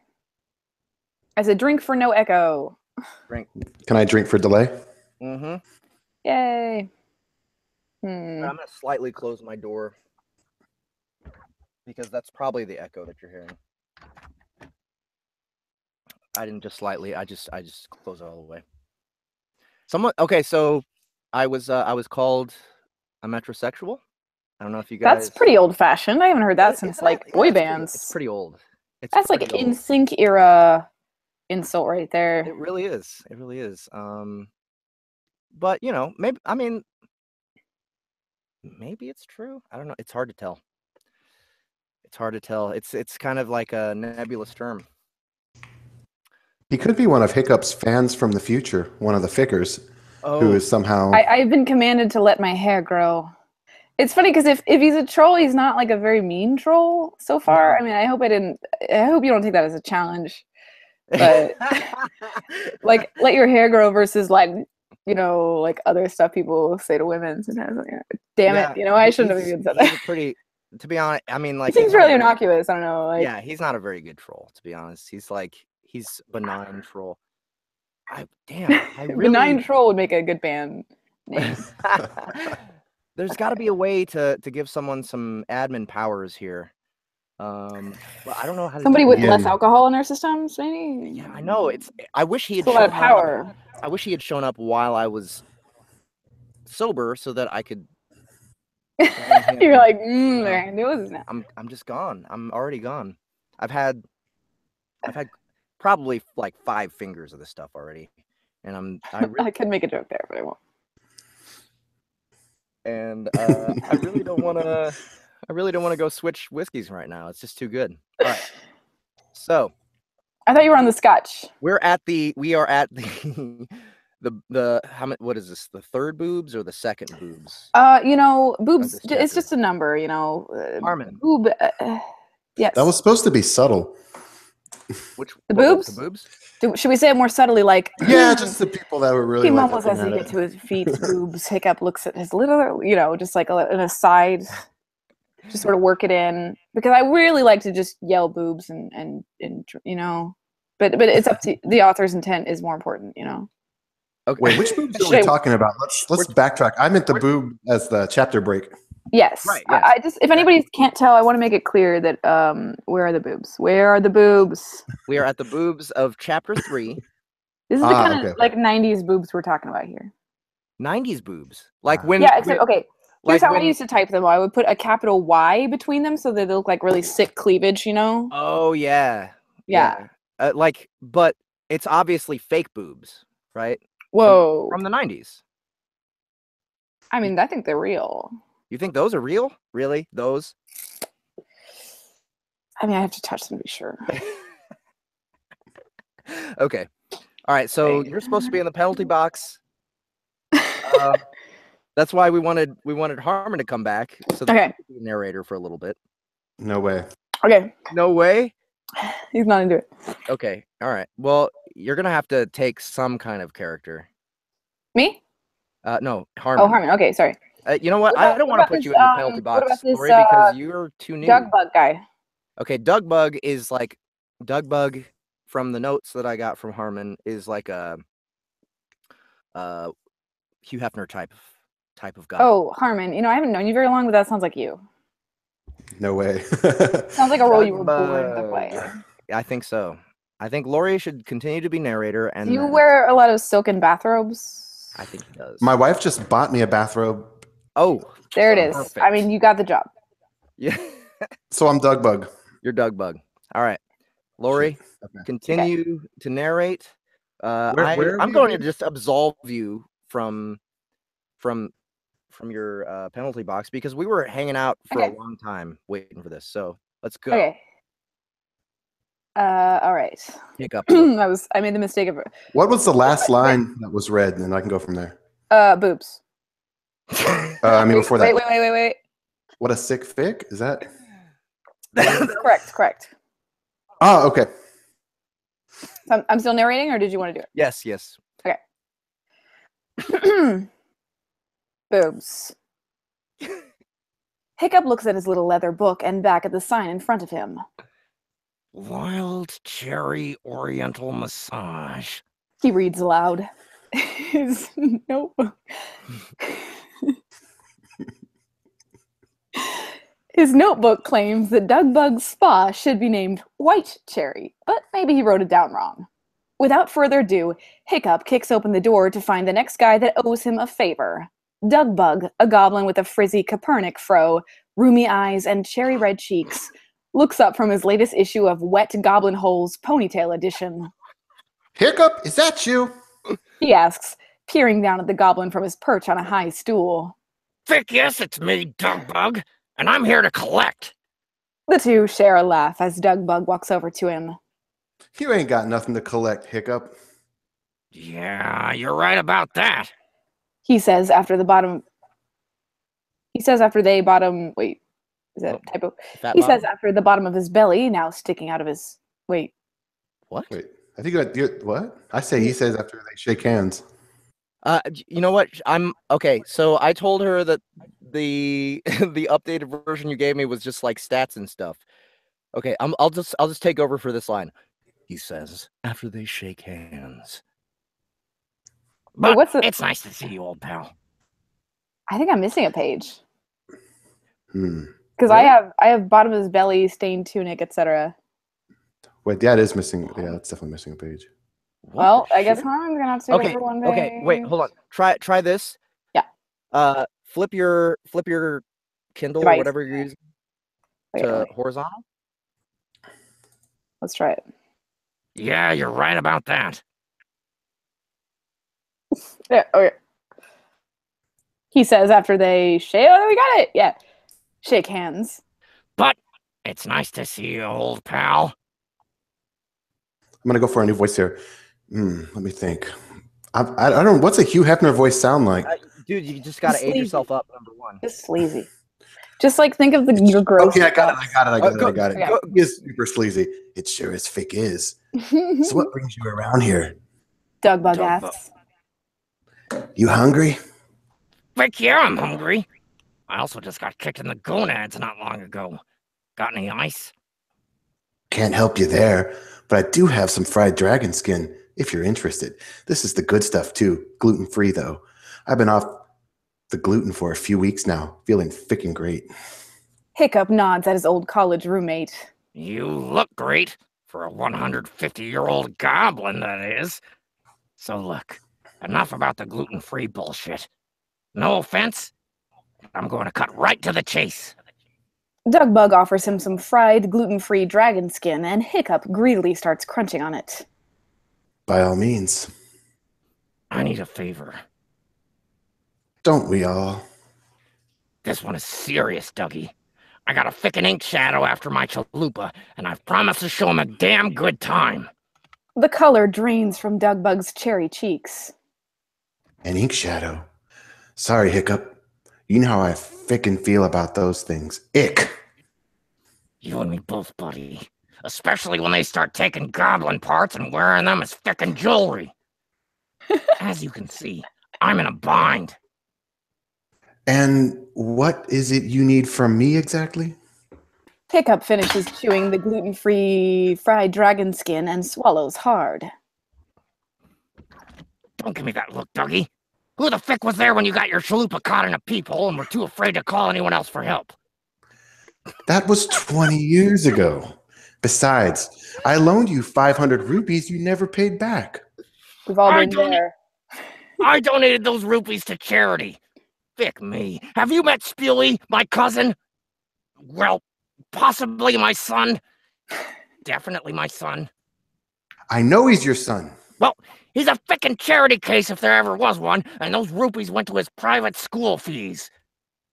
You'd think they'd actually teach something besides finger painting and kumbaya, my lord, at the Montessori school in Richmond District, but them's the ropes. Assigning pictures instead of letter grades. Hey, don't hog the frickin' skins. You offered, I eat. Hiccup grabs the bowl of dragon skins from his friend and slams more down his gullet. It was a loan, not a charitable donation. You should have written that off for charity. Like I said, charity case. Dugbug rolls his eyes. You know Hiccup. Don't you know me, Dougie? I'm in a frickin' bind here, and seriously, all I'm asking for is a massage. That's it? His friend claps his hands together. Done. I'll comp you a massage this evening. Hiccup shakes his head. Not for me. Although who doesn't like having their chalupa squeezed? For him! Him? Barry the Ink Shadow! Fick no, Hiccup. No fickin' ink shadows. Especially not with my gal being the #1 masseuse in the place. Sheesh. You have become frickin' sensitive in your old age. Snowflake alert! Snowflake alert! And you're dating staff members now? Someone call HR! Pipe down, Hiccup. Pipe down. Dugbug's face goes from upset to sly. What's that look you're giving me? Let's talk business here, asshole. Let's. You want a free massage for an ink shadow? And I want something too. Dugbug says matter-of-factly. Wait a minute. I'm the one asking for a favor, not you. My, how the tables have turned. Dugbug points to a crate with a few of the boards pried off its top. Here's the deal, Hiccup. You see that crate over there? What the frick is that stuff, Dougie? It's what you are going to sell for me in 30 minutes when a supplier drops by. It's an ointment. And you always were good at selling shit, so now's your chance to sell it. What kind of supplier? A gnome. Frick me. Hiccup groans. They're too damn short. I feel like I'm talking to a kid whenever I deal with them. Dugbug laughs. Says the guy who is under a meter tall. I'm frickin' over a meter, if you can't tell. You're wearing boots with big heels. What? Frick you, Dougie. I realize now why we don't hang out anymore. As do I. Now, if you can sell this ointment to the supplier so I don't have to, because really, it has been a long day, I'll help you out with your little ink shadow problem. Deal. Hiccup grumbles. What kind of ointment are you talking about here? That's the problem. Says Dougie as he moves over to the crate. It has a pretty strange side effect. Boobs! Oops. Someone has to be Nate. Cheers. Terrible. Okay, yeah, I can be Nate. You were I awful. can be Nate. How do you want Nate? What? You can be Nate. Yeah, you'll be Nate. How It's do a you gnome. want? A gnome. High-pitched voice. Okay. The name is Nate. Try that out. Yeah. Whoa, are you dictating my choices? Are you- Look, you I'm just giving trying to live give you reading? options. I was like, hey, Use I me got a as voice. I I'll am. let you. I'll like loan it to you, whatever, if you want it. Let's pick up where we left off. Boobs. Boobs. Cheers. Boobs. I don't think I said it right. I have to say it again. Boobs. The gnome enters with the requisite cone hat and a beard that splits into 2 points at the end. He's in a mustard-colored tunic, a leather vest, and matching leather boots, polished with shiny gold buckles. "The name is Nate," the gnome says, greeting Hiccup with a small, curt nod. Nate? What? Oh, Nate Hiccup. And that over there is Dugbug. Dugbug stands on the opposite end of the room, reading an old copy of Goblin Holes. He looks up at Nate and smiles. Oh, wait, there's a very specific direction to this line. One moment. Sinister note, is it? Okay. "Fresh meat?" Nate asks, a sinister note in his otherwise high-pitched voice. I'll show you fresh meat, pal. Feck. Kidding, sure. I'm the new guy. Hiccup clears his throat and smooths his hands over the uniform Dugbug asked him to wear, which consists of a tight apron with the words "Wild Cherry" in cursive across its breast. Is that me? Yeah. "Hi, new guy." Enough small talk. I'm here to show you one thing, and one thing only. My dick. "I only came for the neurogel," Nate says. "And you know that, Dugbug. I do like your forwardness, though." Dugbug waves the gnome's concern away. That's you, Harmon. That's you, Harmon. Harmon. Oh shit! I was listening. Okay, hold on. I'm back. You gotta wave the gnome's concern away with your voice. I'm waving it away. What was the line before that? But you need to wave vocally, too. I do like your forwardness, though. "And you know that, Dugbug. I do like your forwardness, though." Dugbug waves the gnome's concern away. Where in the? I've lost it. Are you Okay. drunker than us already? He claims to have written it. I'm okay. Hiccup glares at Dugbug. I'll get you your neurogel. Oh, right before that. Ah, here it is. Here it is. Just let him pitch it, Nate. Company requirements. If you want it, fine. If not, that's fine too. You'll get your neurogel. Hiccup glares at Dugbug. "Fine," Nate sighs. "But hurry up." You said you needed neurogel, right?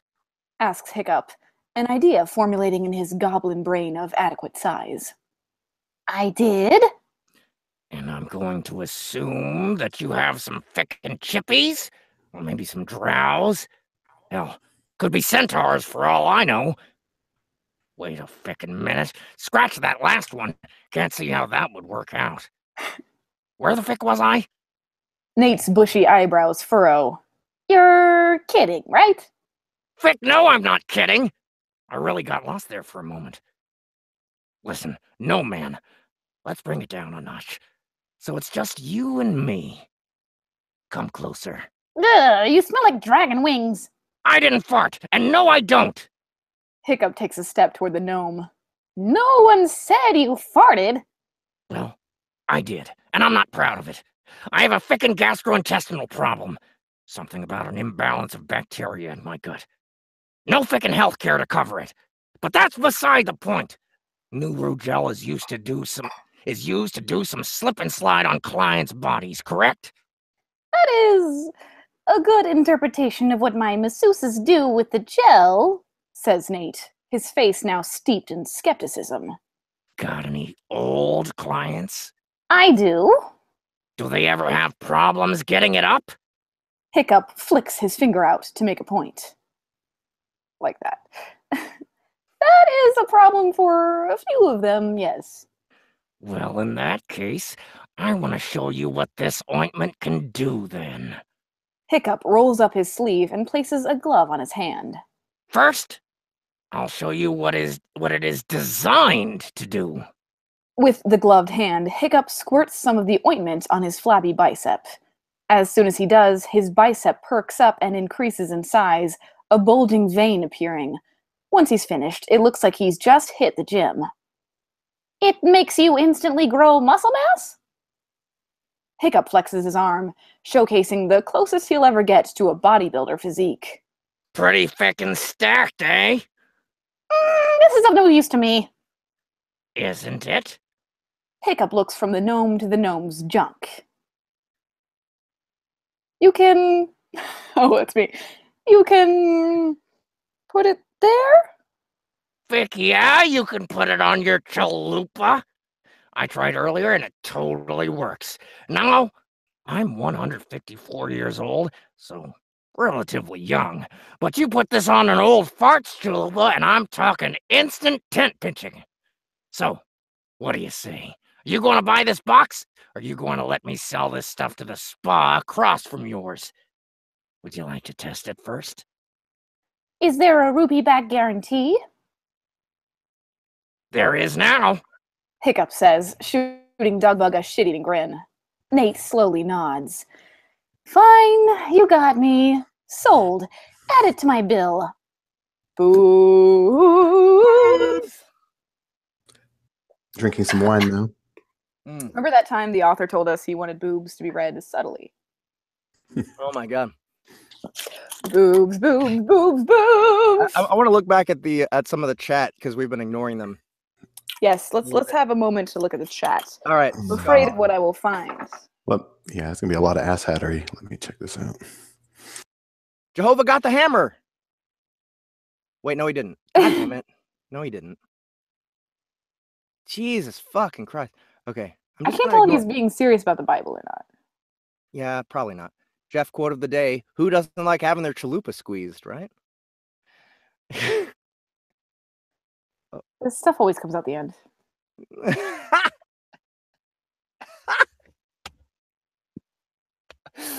Oh man. Ian's a fan of Harmon's voice. Actually, Harmon, what I noticed about your read is it started out as creepy and it just got like sultry as it went along. So it started out like and then it just ended up being like Yeah, It dude. might be your natural speaking voice. I don't know. I have no idea how I got recruited to read for Dugbug. I'm still trying to work that I'm out. being offered a ride from the Palm Springs International Airport in Southern California by Jehovah's Dragon. Aww. Do it. That's sweet because an Uber can be very expensive, depending on your location. It can be. Wait, he says don't go to Palm Springs, Florida. Looked like Lori was about Got to it. bash that little troll dude with her wine bottle. I wish she would. Dave is awesome. Would you get rid of that fucker for us, Lori? That'd be just fine. Oh no, Jehovah's is warning me that I will get fat like him. Like I think that if there were a troll nearby, that is my nearest weapon at hand. Besides this, which is my parents. Oh, You guys see dude, this? hit him with that. Yeah. You guys see this? Yeah. This has nothing to do with anything. But it is a highwayman or a he's got a bagpipes. Could put some brass knuckles in there. Scottish. Yeah. You know what's really What's up, weird Don? is I can't think. Probably bash him over the head with this. Are you still in, Sierra? Did you say Don? You know what would be cool if Don Chapman was here, dude. No, Don in the chat. Oh, I know Don on Facebook. You know Don? Not in real life, but we've been on Facebook friends for a while. Really? She's I didn't know for a while she was into. She what? She's the biggest sweetheart ever. I swear to God, I thought you just said the biggest skeeve ever, and I was like, "Wow, you just said that." Like, what? That is not what I said mean. at all. Nobody's mean like Jeff. Yeah, I know. I'm such a. Hey, is it me or is having a troll in read for a Hiccup story not like the most apropos thing that could? It may be, it may be appropriate because we reported him and he's still here. Like two people. I just wish I understood some of what you're saying. Jesus said, "I will kill motherfuckers." I don't remember that specific Bible verse. I remember that retract part. because haters report me. I think he wants to be here. He's not being that out of line yet. I mean, that's not a challenge, but like. Dave Willmarth says Don equals UK. She's sleeping. Yeah, that's the truth. Oh, it's sad. probably. You know what? Don is a big fan of the show, so it makes me feel awful that she can't be here for most of them. I hate it when she sleeps. I know. Don, you need to just fix the figures. Just move over here. Just come across the pond, hang out with us. She just needs to go a little harder, you know what I mean? Maybe. Or just I'm not asleep, and it is 6:51 Topeka time, which is like pretty much like 3 a.m. in Topeka time. I don't know if I've ever been this wasted at this time of day. Jeff and I hung out the other night while I was near his place of living and went to IHOP at like 4 a.m. That is okay. I we was left so IHOP. exhausted. Yeah, we left IHOP at 4 a.m. No, I think it was 4 when we were there. And I keep forgetting my phone's still on East Coast time, so I've been really confused all weekend. I'm like, wow. Ian Mitchell says Topeka is hell. Do you have a Ian, rebuttal to that? Topeka, let it out, okay? Let it out. You loved Wichita, Harmon? What's wrong with you? It reminded me of Austin and from like 1990. I grew up in Austin, so like so it was a nostalgic, like, okay, this seems familiar. In what way? Just like the way the city was there were set up. rednecks there? Because even Austin is like pretty hip. Like not in 1990. Dude, Austin is, yeah. I mean, maybe now it's not. I was maybe like in born 1990 now, but now it is, right? I was Now born it's in supposed to be like 1990. one of the hippest places. It's You were too born hip. in 1990? Yeah. It's so weird that I actually talked to someone who was born after the 80s. That's crazy. Intellectually, though, I would say I am probably hovering around 60s. 60s? You think so? Maybe I'm kind of amused that we have a troll, but all the things he's saying are like mostly pretty PG rated to me. Yeah, like, he's not that big a deal. Take me to IHOP. I think it's Bobby. To be honest, I think the troll is buy Bobby. me some fucking pancakes. You think it's Bobby? You really think it's Bobby? It just seems like something Bobby may do. Bobby, baby. Bobby Bjorstrom is who we're talking about because Bobby. Oh, Ian, you were in Kansas. You lived in Kansas when Pokemon came to the US. So do you remember Topeka's Pokemon related story? Ian? What? Ian, do you remember the Topeka Pokemon thing? I'll explain in a moment. I just want to know if Ian remembers it first. Lived there when Pokemon came to the U.S. Okay, so when Pokemon came to the U.S., I was in elementary school. Pretty sure. Yeah, I was about 7 when Pokemon hit peak popularity, and something happened that year in Topeka, Kansas. Dude, I was into Pokemon before Pokemon was cool. I like caught those first super early morning cartoons. Was like, holy shit. Hell yeah. So they couldn't have been. Train them is my call. Yeah, that and Dragon Ball Z. I always hated Dragon Ball Z from the very beginning. Did you watch Sailor Moon? What about Sailor Moon? I would watch that. Bits of it. I performed a Sailor Moon thing at a talent show as a child, but anyway, forget it. The Topeka story. For one day in 1998, the mayor of Topeka declared Topeka would be called Pikachu. So it was officially named Pikachu for one day. Yeah, that's it. That's all. It came up as a trivia. I went to a trivia night in Atlanta, and that was the first question. What Pokemon-related name was Topeka named in 1998? And I was like, what the fuck is this? I just walked in. And I was like, I know this shit. And everybody was like, oh, what is it? What is it? And I was like, Pikachu, motherfuckers. Okay, I think that we're only going to get 50% into this story, but at the same time, I think that this whole thing has made the stream so much better. So give a little Pokemon gives it a little texture. Yeah, but just throwing that out there, I'm already predicting our failure and our success at the same time. Just letting you know. Okay. So let's get on with it. After the boobs, I just said boobs. Is there life after boobs? AB after boobs. If there are no more boobs, all right. I don't know if I am the narrator, so let me pick it up from boobs, and then Dougbug has the next slide. Are you ready, Dougbug? We have more viewers now than we ever had this entire stream. So yeah. Okay. Dougbug is ready. Let me begin with. I'm sorry for my terrible Dougbug. Come on, Harmon. Dougbug us. You didn't tell me you were in the bathroom whacking off.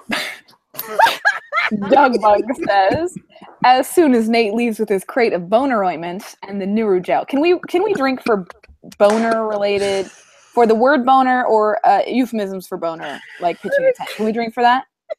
Okay, first one. I declare a rule. All right. The boner ointment's part of this story, so just Which I also want to share before we continue that ointment is my least favorite word in the English language. Moist ointment. Moist is not as bad as ointment to me. What about ointment, moist you literally ointment? you literally have to oink like a pig to say the word ointment. Like that's what I feel like every time I say it. Okay. I'm sure Jehovah's Witness, whatever, will have a lot of fun with that one.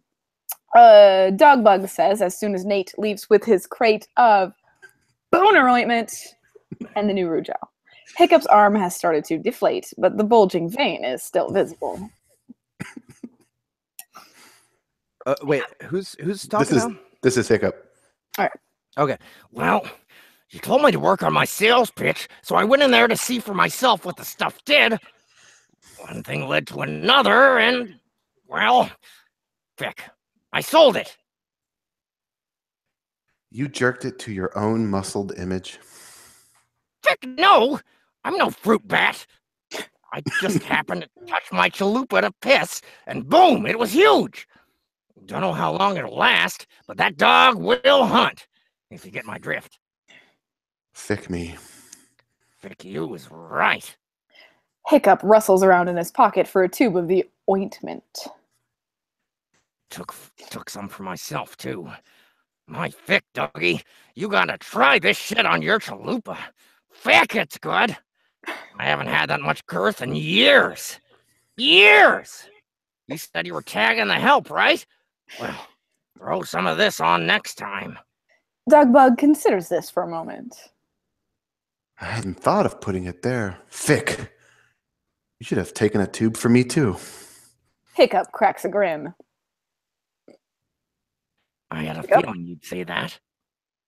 The cantankerous goblin fishes around in his front pocket, returns with another tube, and tosses it to his old classmate. Thanks, Hiccup. Dogbug comes in for a hug. I take back everything bad I've ever said about you.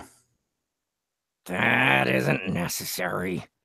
What is necessary is that you give the damn octopus fart ink shadow the time of his life tomorrow. First the parade, then a massage. Hiccup looks up, his eyes filled with light. After that, a wonderful dinner, and after that, a night at the Golden Swine. The Golden Fickin' Swine? How the hell did you manage that? I haven't yet. That's the last stop for this evening. The first stop is my buddy Og Lemon's restaurant. The parade is covered. The massage.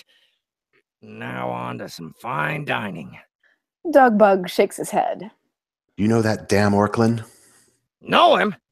Og and me go way back, and that ficker owes me a goddamn favor. Hiccup turns to the door. Tomorrow, Dougie. And I'll be here by the hour of the morning wood. We'll be ready. Yay! We finished a chapter. All right, so I think we can do one more chapter, and that'll like wet everyone's whistle. Everyone will want to buy this goddamn thing. Ointment. Fantasy Online. Ointment. Okay, Fantasy Online, Hyperborea, Fantasy Online, Polinia. Both are already available on Audible, guys. I'm drunk and I'm still pitching, right? I got my shit together, guys. And then Jatla is Not a Shithole, which is what we're reading right now, will be available January 1st on Amazon.com. So that's what this is, y'all. Okay, Ian, to Pikachu is not hell, okay? I just have to say. It was hell. It was hell when I was a teenager. That was absolutely illegitimate. But tell us what has brought it out of hell so far. Every time I return to Topeka, there's a decent restaurant, there's a decent bar. The Topekans becomes actually okay. Here's the irony. You know, Topeka is what Westboro Baptist Church is from, which is like the most heinous institution, really? obviously. Is that the truth? Yeah, as in the Phelps, as in wow. people hold up the signs that say God hates fags and God hates soldiers and everything. And they're pretty infamous now. God hates soldiers? But they hate everything. God hates everything. Have you read the Bible? Okay. Anyway, sorry, Jehovah. But anyway, sorry, Christians. Not all. They are so. Well, they're not. I mean, these guys aren't like Christians in the typical sense of the word. Nobody likes them. Nobody, even the most conservative, gun-toting, which not in an offensive way, but like no one. Everybody. They polarize the world against them, especially Topeka. So Topeka has now become a lot more progressive than when I was a kid, and every time I go back there, just to distance themselves from the Westboro Baptist Church is what. Exactly. I mean, it has a pretty like, okay, guys, we're gonna have to tolerate a lot of stupid bullshit like Birkenstocks and dreadlocks and shit, but it'll be worth it because people will believe less that Topeka is all about the Westboro Baptist Church, right? Kind of. I just think as they just wield their element of hate, and everybody just sort of responds by being, different and different. They find a commonality there, I guess. Okay. But anyway, Topeka, not so bad. But Wichita, I mean, that's just piss hole of the. I mean. So if Topeka's better than Wichita, I'm totally down with that. I mean, you have to understand, like, my impression of Kansas. I was just driving from Colorado, and it was just listen, it was just fields and then like pictures of dying babies telling me not to abort my baby. That was basically, I drove, and so I was like, this is creepy out here. And so Wichita was like, wow. We don't talk about West Kansas. We take great pains to avoid driving through there. But if you're driving to Colorado, you have to. You can't not. Yeah. So it is just a nightmare. Just blast your like music and ignore all the abortion signs. Like, all right, so new ad. Topeka. Not as bad as you think. Not that big. Not a as deal. bad as the West. We mentioned Lawrence, which is 20 minutes away. Lawrence is a great ass. Hey, Topeka. Not that far from Lawrence. Topeka. You don't outright want to kill yourself living there. Right. I don't want to live there. Lawrence is that far away. You can go. One time, okay. Topeka, the first time I ever did cocaine was in Lawrence. Go on. Yeah, of course. I keep forgetting you're from Yeah. I literally just hung out with you. And so I did some coke with my girlfriend, and then she's like, "Okay, I gotta go to class." And then I was like, "Okay, cool. Just drop me off on Mass." So I'm on Massachusetts Street, where all like the actual action is in Lawrence. And then I went to the Granada, where the Granassi, if you will. Yeah, I mean that's like the best venue in Lawrence is the Granada. And I went there, and I was about to buy tickets to go see Victor Wooten. I don't know if you guys know who Victor Wooten is, but he's one of the best bass players to have ever lived. Okay, I went there. I was like, shit, yes, I'm going to see Victor Wooten in concert finally for the first time in my life. And then I saw on the marquee that Les Claypool was playing like a week later. Yeah. And I was like, oh, fuck Victor Wooten. So I went and bought Les Claypool tickets, and I was like talking to everybody around. And that's when I determined, man, cocaine is not fun.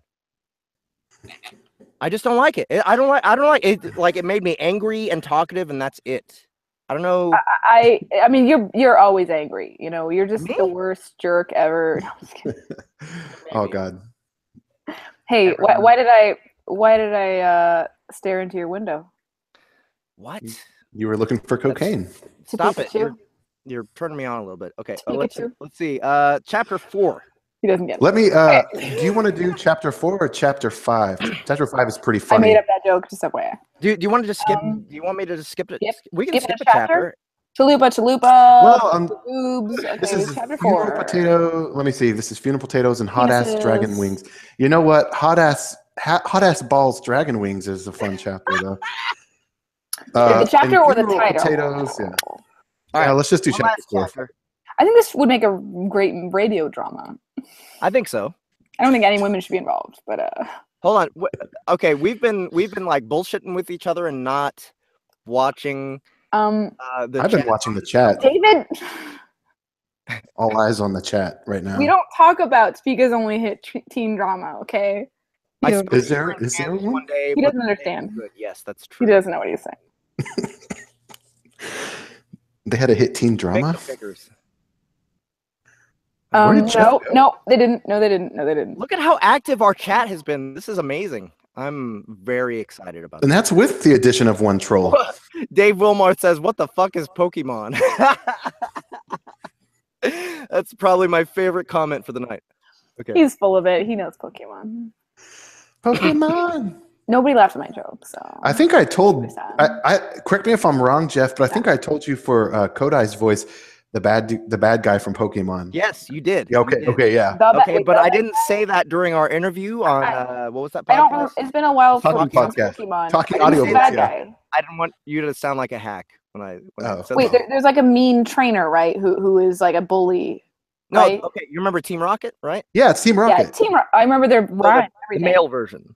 To protect the world from devastation. Team Rocket. To unite our peoples within our nation. To denounce the evils of truth and love. Yeah. Wait. To Something denounce to the the stars evils of above. truth and love. To extend our reach to the stars above. Jesse James. You know what's funny? I think Team we Rocket. converted the troll. I'm not done. Do you want to be my Jesse or what? Wait, I want to hear your Jesse. I didn't hear it. I want to be the cat. Play your Jesse again. Wait, I gotta think about the beginning. Shit, what's the first line? I just said it. You just pulled it up. Yeah. Devastation. To Oh. unite our peoples within our nations. To denounce the evils of truth and love. To extend our reach to the stars above. Jesse James.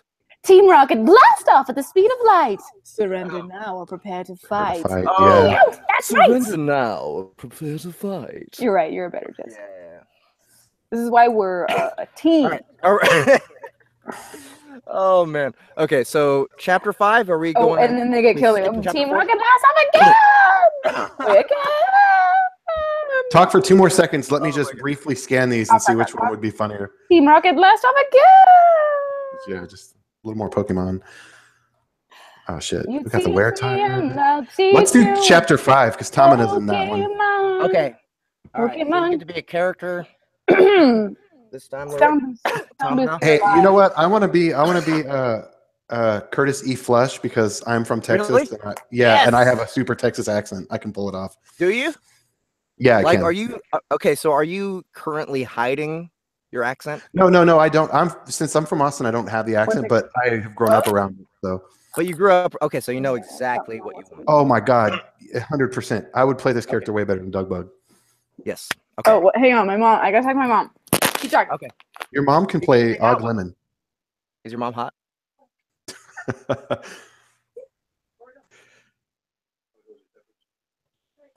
We also need an Og Lemon voice. He's the chef, and he's in Fantasy Online 3. Okay, you didn't give me any real direction for him besides chef.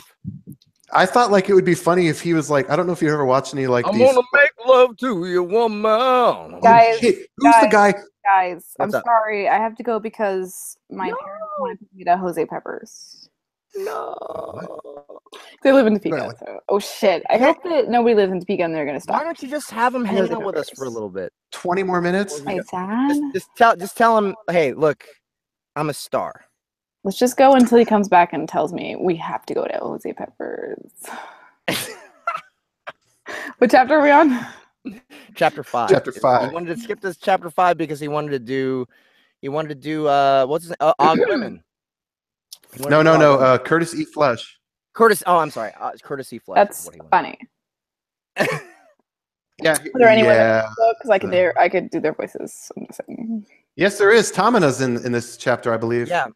Who's doing Og? Who's doing Og? You should do Og. It's a chef. Oh, I was thinking, who's the chef? Not Bobby Flay. The one Guy Fieri. Am I saying that? Right? I know Guy Fieri, but I don't. There it is. I have no idea what his voice sounds like. I know he says Flavor Town a lot.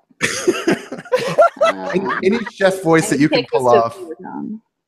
Any chef voice. I could do like a French chef. Oh, that's good. That's fine. He's a wannabe anyway, so it's cool. He doesn't have his Michelin star yet. Okay. All right.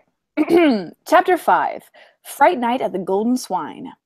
Hiccup laughs again. Fick me! You should have seen that were-tiger digging for funeral potatoes. He tells Og Lemon, the chef. Well, I couldn't sell him exactly, but I could hear him. And while I'm sitting there enjoying a healing potion, I suckered out of him. That ficker is getting filthy as a chi-up hog breeder. Ha! Og laughs as he shakes his head.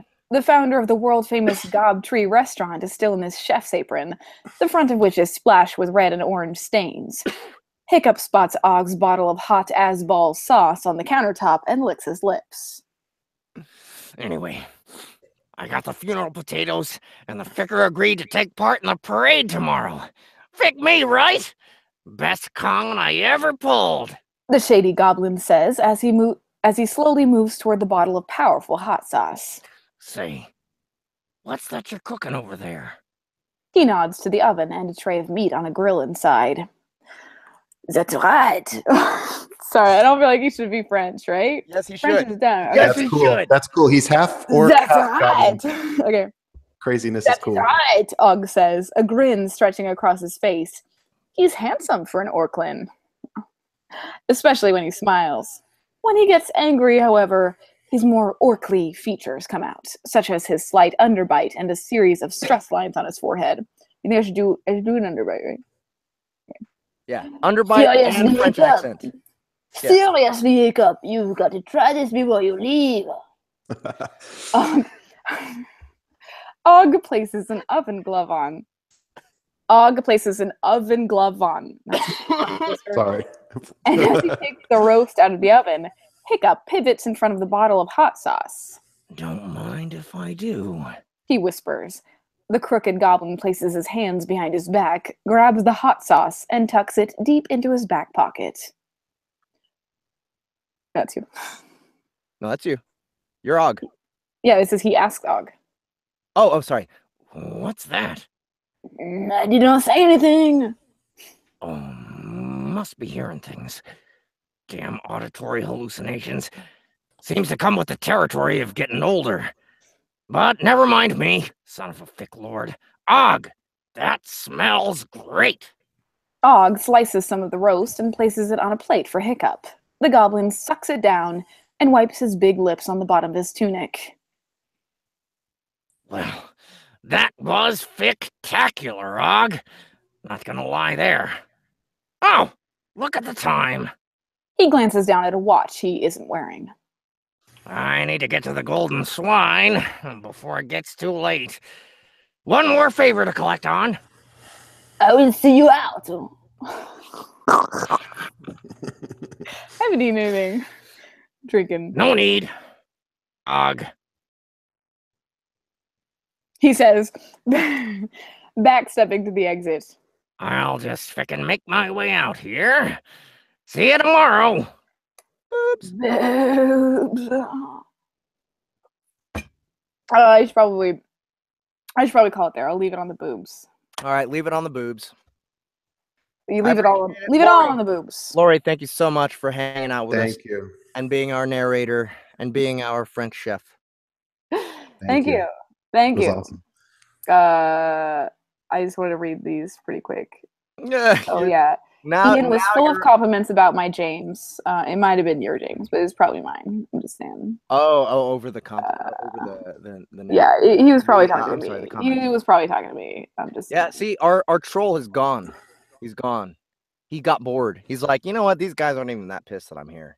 No, he's been there like 2 comments ago. He's asking about my website. Oh, Jehovah's Right. Okay. Great. I'm not even sure which one I'm not even sure he's got my proper website, but he could easily find everything on YouTube. You calmed him down. You calmed. I'll just have to check my emails later. You'll probably say stuff like, "Hey, I'll pick you up from the airport." Lori, your sweater is amazing. Thank you. Thank you for coming and hanging out with us. You're welcome. We will see you again next year. Bye, guys. I'm gonna go enjoy some delightful Jose peppers. She will be. I'm gonna try to convince him to go to like Chili's. Yeah. There aren't a lot of options. Jose peppers. Let's go to Chili's instead. That's like not a lot of options here. There's an Olive Garden. What? No. Yeah. Just keep. Topeka is where local businesses go to die. So you just have to pick which chain you hate the least, basically. Wait, what was that? What was that one Japanese French one that you were telling me about? Sheiyasu. Yeah, go there. That's a good restaurant. Go there. So it's too Topeka expensive. I'll send you it's Topeka expensive, which makes it roughly equivalent to anywhere I go in Atlanta. So I'll send you like $30 just to treat everybody. I'd probably come get my check from your place while you're gone.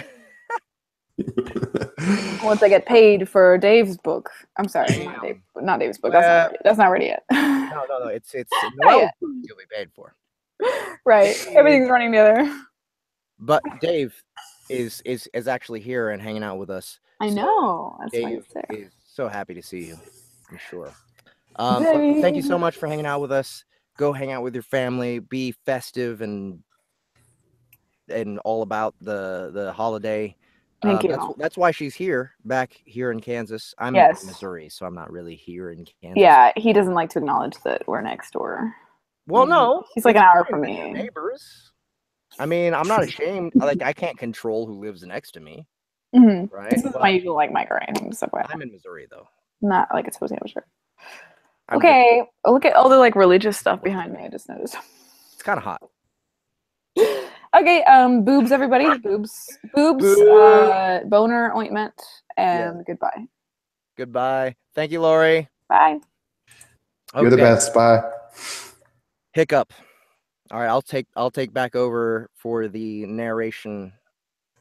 Wow, I don't know if that's good for everybody or bad for everybody, but we'll see. It's coming up on the scene with Curtis, though. Should be fun. Oh, is it? Okay. Hiccup disappears into the thinning cloud, walking along the lane that separates the Goblin Riviera from the Richmond district. He sees the Bodyville Cemetery and can't help but laugh. What a ficker! He mumbles, thinking of Simba the were-tiger. Once he's about a quarter-mile away from Ogg's restaurant, Hiccup opens the bottle of hot-as-balls spicy sauce and sniffs it. Woo! He licks his lips and sniffs it again. Not fickin' bad. He sees the golden swine up the street. The hotel was designed to look like a pig on a spit, the mouth of which is the entrance.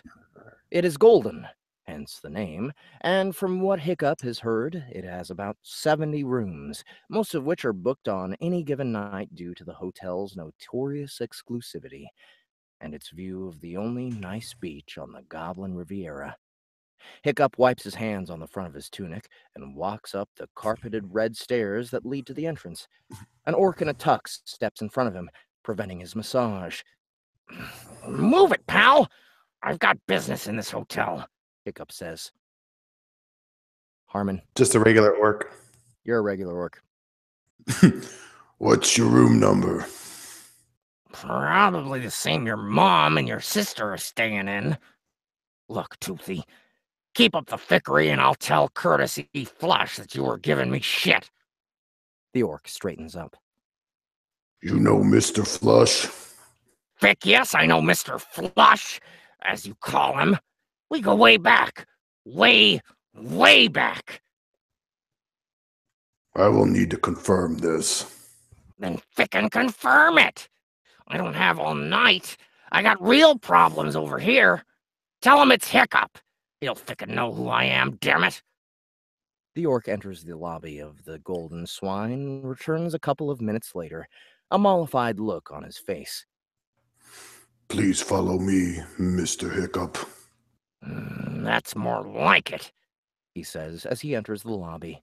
The goblin glances up at the bifurcated stairs in the center of the room, at the apex of which is a beautifully painted portrait of the Goblin Riviera. I forget how frickin' pretty this place is. Gotta love that ambience. Gotta love that ambiance. I should call in favors more often. Please, this way. The orc leads Hiccup past the check-in desk to an office with a thick door made of imported Australian wood. The orc knocks once and is told to enter. There! Sorry, Wait, you go. that's me. Go. There he frickin' is. Says the goblin behind the desk. Narrator. That's your regular nerd. Yeah. Says the goblin behind the desk as soon as he lays eyes on Hiccup. He's a fit goblin in a cowboy hat made of leather, his muscular features visible under his matching leather vest over a pressed blue shirt. There's a sheen to his face, likely because of work he's had done, and his ears have been shortened so their tips are no longer pointed. Curtis! A cigar hanging out of the side of his mouth, Curtis comes around the desk and shakes Hiccup's hand. He lets the orc know with a nod that he can let himself out. Fick your orc guards, by the way. Curtis chuckles. I can't say I disagree with you there, Hiccup. but they just got the job done and they're big and mean, just like I like them. So, to what do I owe the pleasure? That's my cigar I've put in my mouth. Okay. Hiccup takes a deep breath, thinks about lying, and decides to tell the truth for once. Fick me. I hate ink shadows. Oh, no, sorry. That's Curtis. Sorry. Frick me. I hate ink shadows. Curtis says after Hiccup has finished telling him his sob story. Any fickin' who. That's why I'm here. I need to collect it on a favor. Oop, that's bad.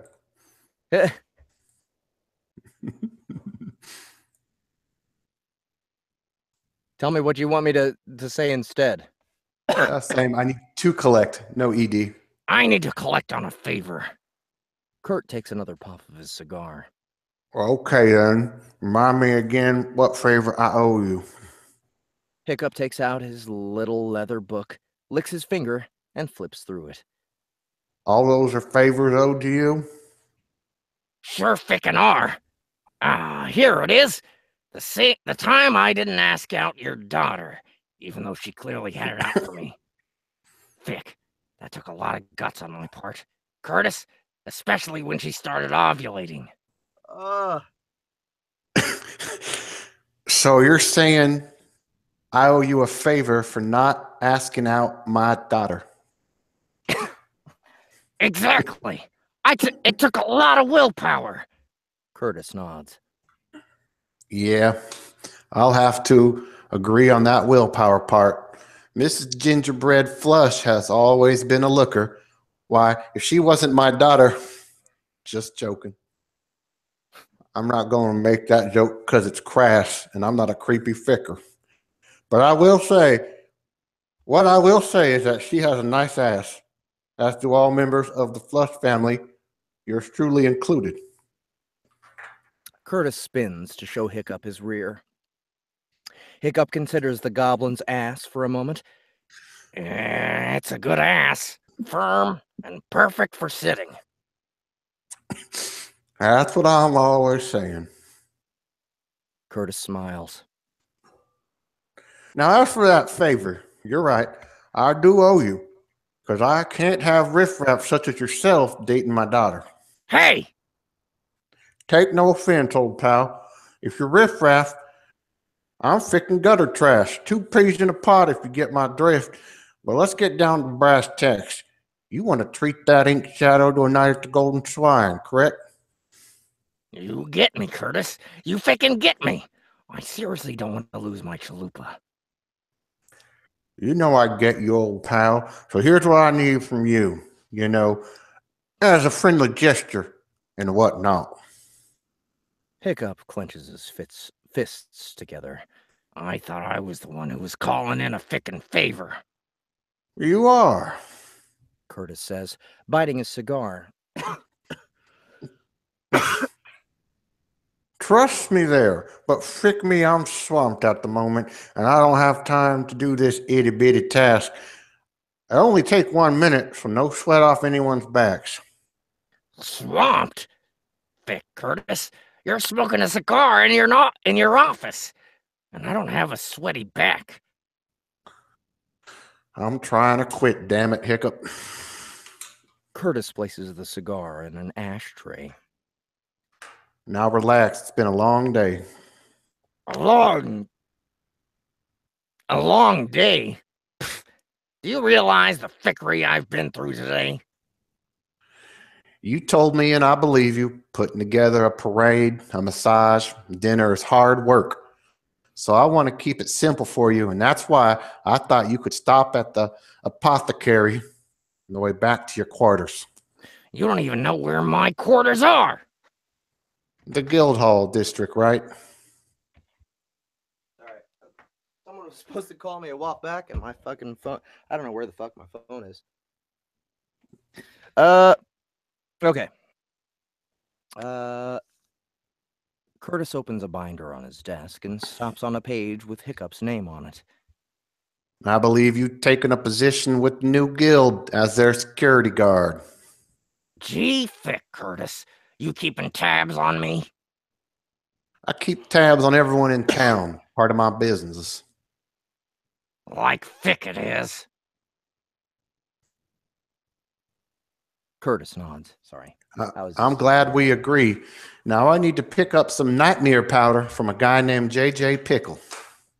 What kind of poofy-ass fruit flake name is J.J. Frickin' Pickle? It's just J.J. Pickle. And seriously, Hiccup, I'm your old pal, right? This will be a simple task. 5 minutes tops. If you frickin' say so. Hiccup throws his beefy hands in the air. But I'm getting tired, and when I get tired, I frickin' let people know about it. What am I picking up, anyway? As I said, it's called nightmare powder. Yoy! That sounds crazy. Curtis picks up his cigar again and places it in his mouth.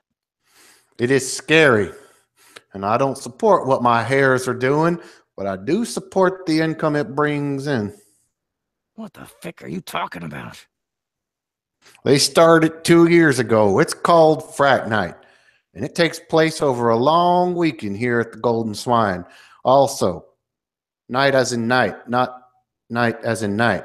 I guess that doesn't make sense out loud. It is spelled night with a K. Never trusted that spelling. And in any event, I met one of those nights with a K today at a knitting club. A real thick hat. Thick nights. Curtis grins. Curtis grins, cigar between his teeth again. So anything, during Frat Night, we hire a ghoul to haunt the hallways of the Golden Swine. We sprinkle nightmare powder on our guest pillow to turn up the scare level. The scare level? Who the frick thought of this? Gingerbread and her husband Jared. Like I said, it has proven to be quite popular. Who knew people would pay to get scared? Fick me, people are stupid. Gingerbread's husband's name is Jared? Yep, trust fund goblin from Bluewood. Curtis says as he leans back in his chair and places his hands behind his head. Sounds like the name for a pussy. But anyway, fine, Curtis. I'll get your goddamn nightmare powder. But that's it. And this better not result in me getting my ass kicked. Curtis E. Flush laughs. Ass kicked? Who said anything about you getting your ass kicked? It's just a simple pickup. Grab the powder on your way home and bring it to me tomorrow when your guests check in. All right, drink time? Yeah, this next one should be quick but funny because it's a gnome with a lisp, a crazy lisp. Okay. And I cannot, no way I would even try that. Okay. I'll kill us. I'll finish this off. It turns out that Hiccup's hotel magnate friend Curtis was right that it would be a relatively easy pickup. What he didn't tell the cantankerous goblin was how annoying J.J. Pickle the pharmacist would be. A gnome with a lisp that checked 2 boxes for things Hiccup couldn't stand. 3, if you counted his size, and 4, if you counted the fact that the gnome was an Emmy NPC. It's the best nightmare potion in Jatla. Nay, Hyperborea. Just take a little of this, and you'll be on your way to nightmareth. Yay, nightmareth! I make the powder from fresh ink, fatto, turf, and a family recipe passed down from generation to generation. See, I'm come from Unigaya, like moth nometh in Tritania. I don't give a So frick every S is a TH, basically. Gotcha.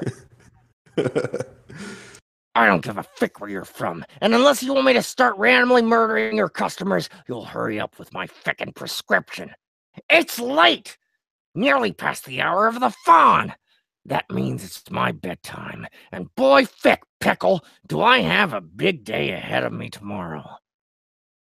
J.J. Pickle, who stands on a stool behind a counter, glares down at Hiccup.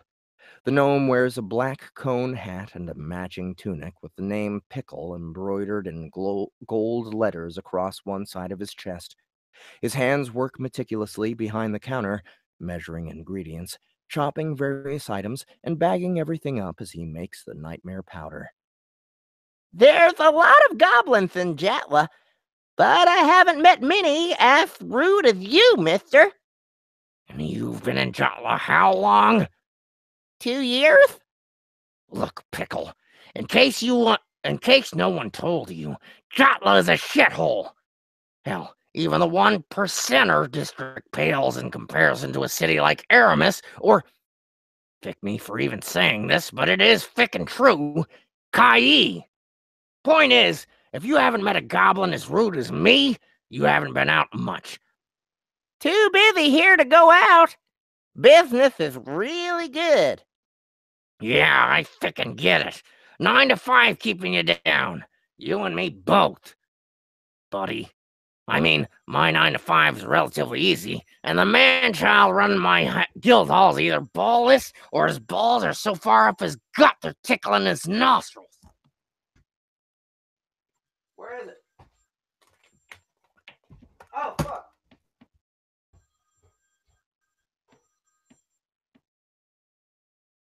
Yo. Hello? Oh, fuck. I missed it. Oh, shit. I'm fucking wasted, guys. Sorry. Woo! I'm halfway there. I'm gone. All right. All right. What did I just say? Hiccup was talking about 9 to 5. Yeah, I freaking get it. 9 to 5, keeping you down. Tonsils. Far up his gut, they're tickling. Yeah, tonsils. Tonsils. Did I say nostrils? I might have said. Yeah. You get the picture, Fick. I make my own schedule. Hiccup's eyes glaze over as he stares up at the gnome. Where in the Fick am I? I see. Pickle says. Pickle says as he finishes packing up Hiccup's powder. See fickin' what? Here's Curtis's order. Now, about you. I see that you are having something ithwith common. Some ithwith? Ithwith?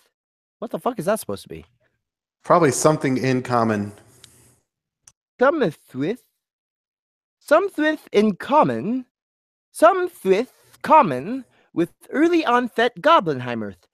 I have a friend in Warnkla, a giant named Lothar, who now runs runs a bakery that doubles as a great library for forbidden texts, which he calls the Occult Bakery and Athenaeum.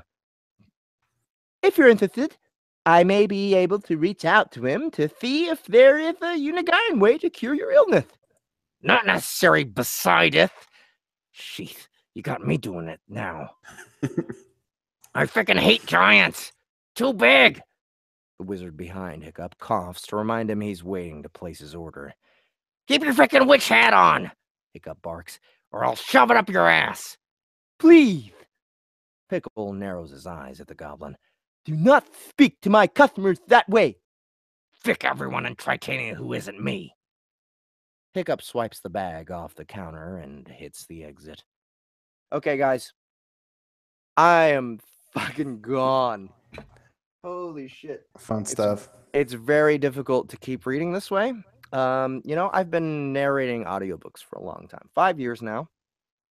I'm pretty good at my job. But when there's 4 different scripts in front of me, it gets a little hard to do. And there's been enough boobs that I've gotten to that point. So I'm going to have to log off. I also still have some packing to do. I still have lots of other stuff to do, really. So perhaps I might be able to get those things done by midnight when my inebriation has worn off. But holy shit, guys. I'm having so much fun. I really, really, really regret putting this down right now. But I'm beyond my own abilities. Like, seriously, I am.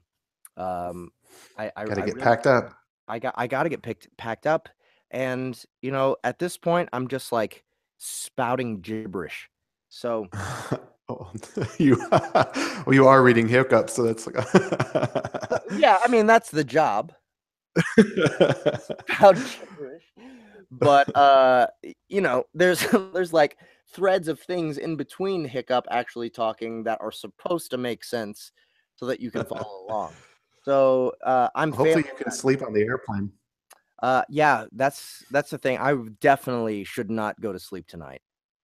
That's what I'm learning right now. I'm supposed to get picked up at 4 o'clock in the morning by my uncle, Oh shit. so I can be taken to my mom, who will be driving us to the airport, which is about an hour from her house. So I gotta have some semblance of sobriety with me to actually get the things that I need to have while I'm in a foreign country. By the way, I have never been outside in my country. Oh, This is cool. my first time being outside of the US of A. Dude, you're gonna. I mean, it changes your life completely. So I enjoy it. don't doubt you for even a millisecond. I'm really excited for this. This is gonna reset my brain. It's gonna be better than a mushroom trip, as far as Yeah, way better. as far as getting me, you know, back in order, back to a new state of mind where I can accomplish even more. So guys, to be honest with you, I'm excited about going to Thailand, but I'm also feeling awful about leaving and not, you know, being at my station and not being here to be responsible for everything that I need to be responsible for. I feel like I haven't accomplished enough to earn this trip. But I'm doing it anyway because shit, my mom already bought the tickets. I'm not gonna I'm not gonna tell her I'm not going. So but at the same time, holy shit, this year has been amazing.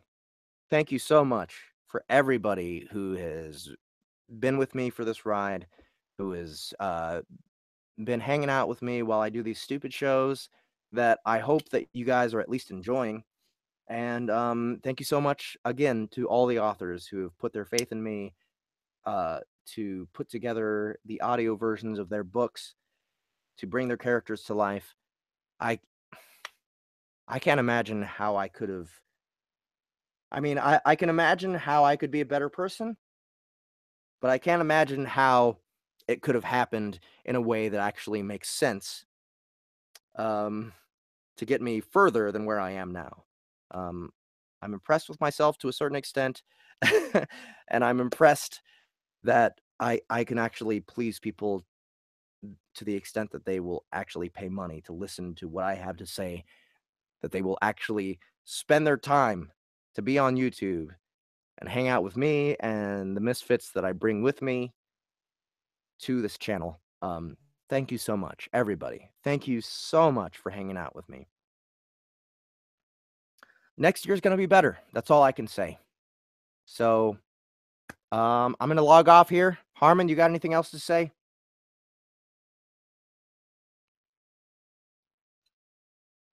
Harmon has nothing else to say. So, this is... Oh, I'm sorry. Mine was on mute. Yeah, I'm sorry. So for those who don't know, I lived in Asia for 5 years, so don't forget your passport. Just that's the one. Everything else you can fuck off. I mean, it doesn't matter, but that's the one thing. Keep that thing on you, but don't get one of those body strap things either, because that's the douchiest thing you could get. Like you have it like. Okay. Yeah. You won't lose it, but in my back pocket. I'll always make sure that something. No, not back pocket. Yeah, front pocket. Front pocket. Yeah. Next to my junk, so that that's if your ticket to freedom. Yeah. Okay. Next to my junk. My passport has to be next to my junk so that I notice if someone's reaching for it. Yeah, okay. and if you don't have copies of it or scans, do that before you leave, because that can help if you ever lost it to go to the U.S. Embassy with. That's a good fucking idea. Or take a picture of it or something. Yep. I mean, the odds are 100% stacked against you. It's just better to be, Yep. safe with that. Yep. Done. Harmon And have Cooper. fun on the currency conversion. Have fun on the currency conversion because it's gonna fuck you up like for the first couple of days. Like you're gonna be giving them too much money and realizing, or it's not enough. And yeah, Okay. just I'm yeah. bringing 1,000 USD. Is that's Oh, not dude, enough? Is it? that's well. I mean, you'll be able to use ATMs there if you told your bank, right? No. Tell your bank because then, or if do you have a travel card or something like that, then you can just put everything on a credit card and just pay it off. No. That's easy too. I should just go to the ATM at 2:30 in the morning and get another $1,000. I think that's probably what I should do. Yeah, if you do that though, keep the cash safe because I mean, it's actually easier with a card because when you have a big ass wad of cash. So what you do is at the airport, actually maybe change your currency there because you've never been in the country before. Right. And no, then, yeah, you got to change your currency once you get there. Yeah, at the airport though, because you actually get better rates if you change it in the city. But since you haven't been there before, you don't know where to go and whatever. Just be easier. Okay. I'll do that. There's a lot of little things like that you can do to save yourself hassle. And they'll charge you a little bit higher fee, but it's worth it not going to a market like with $1,000 USD and trying to like figure out, hey, where's the cash change? I mean, that was my thinking is that I would bring $1,000 USD, and then when I land, I go to whatever kiosk or whatever where you exchange your currency. And then I'm like, here's $1,000. Give me whatever that means.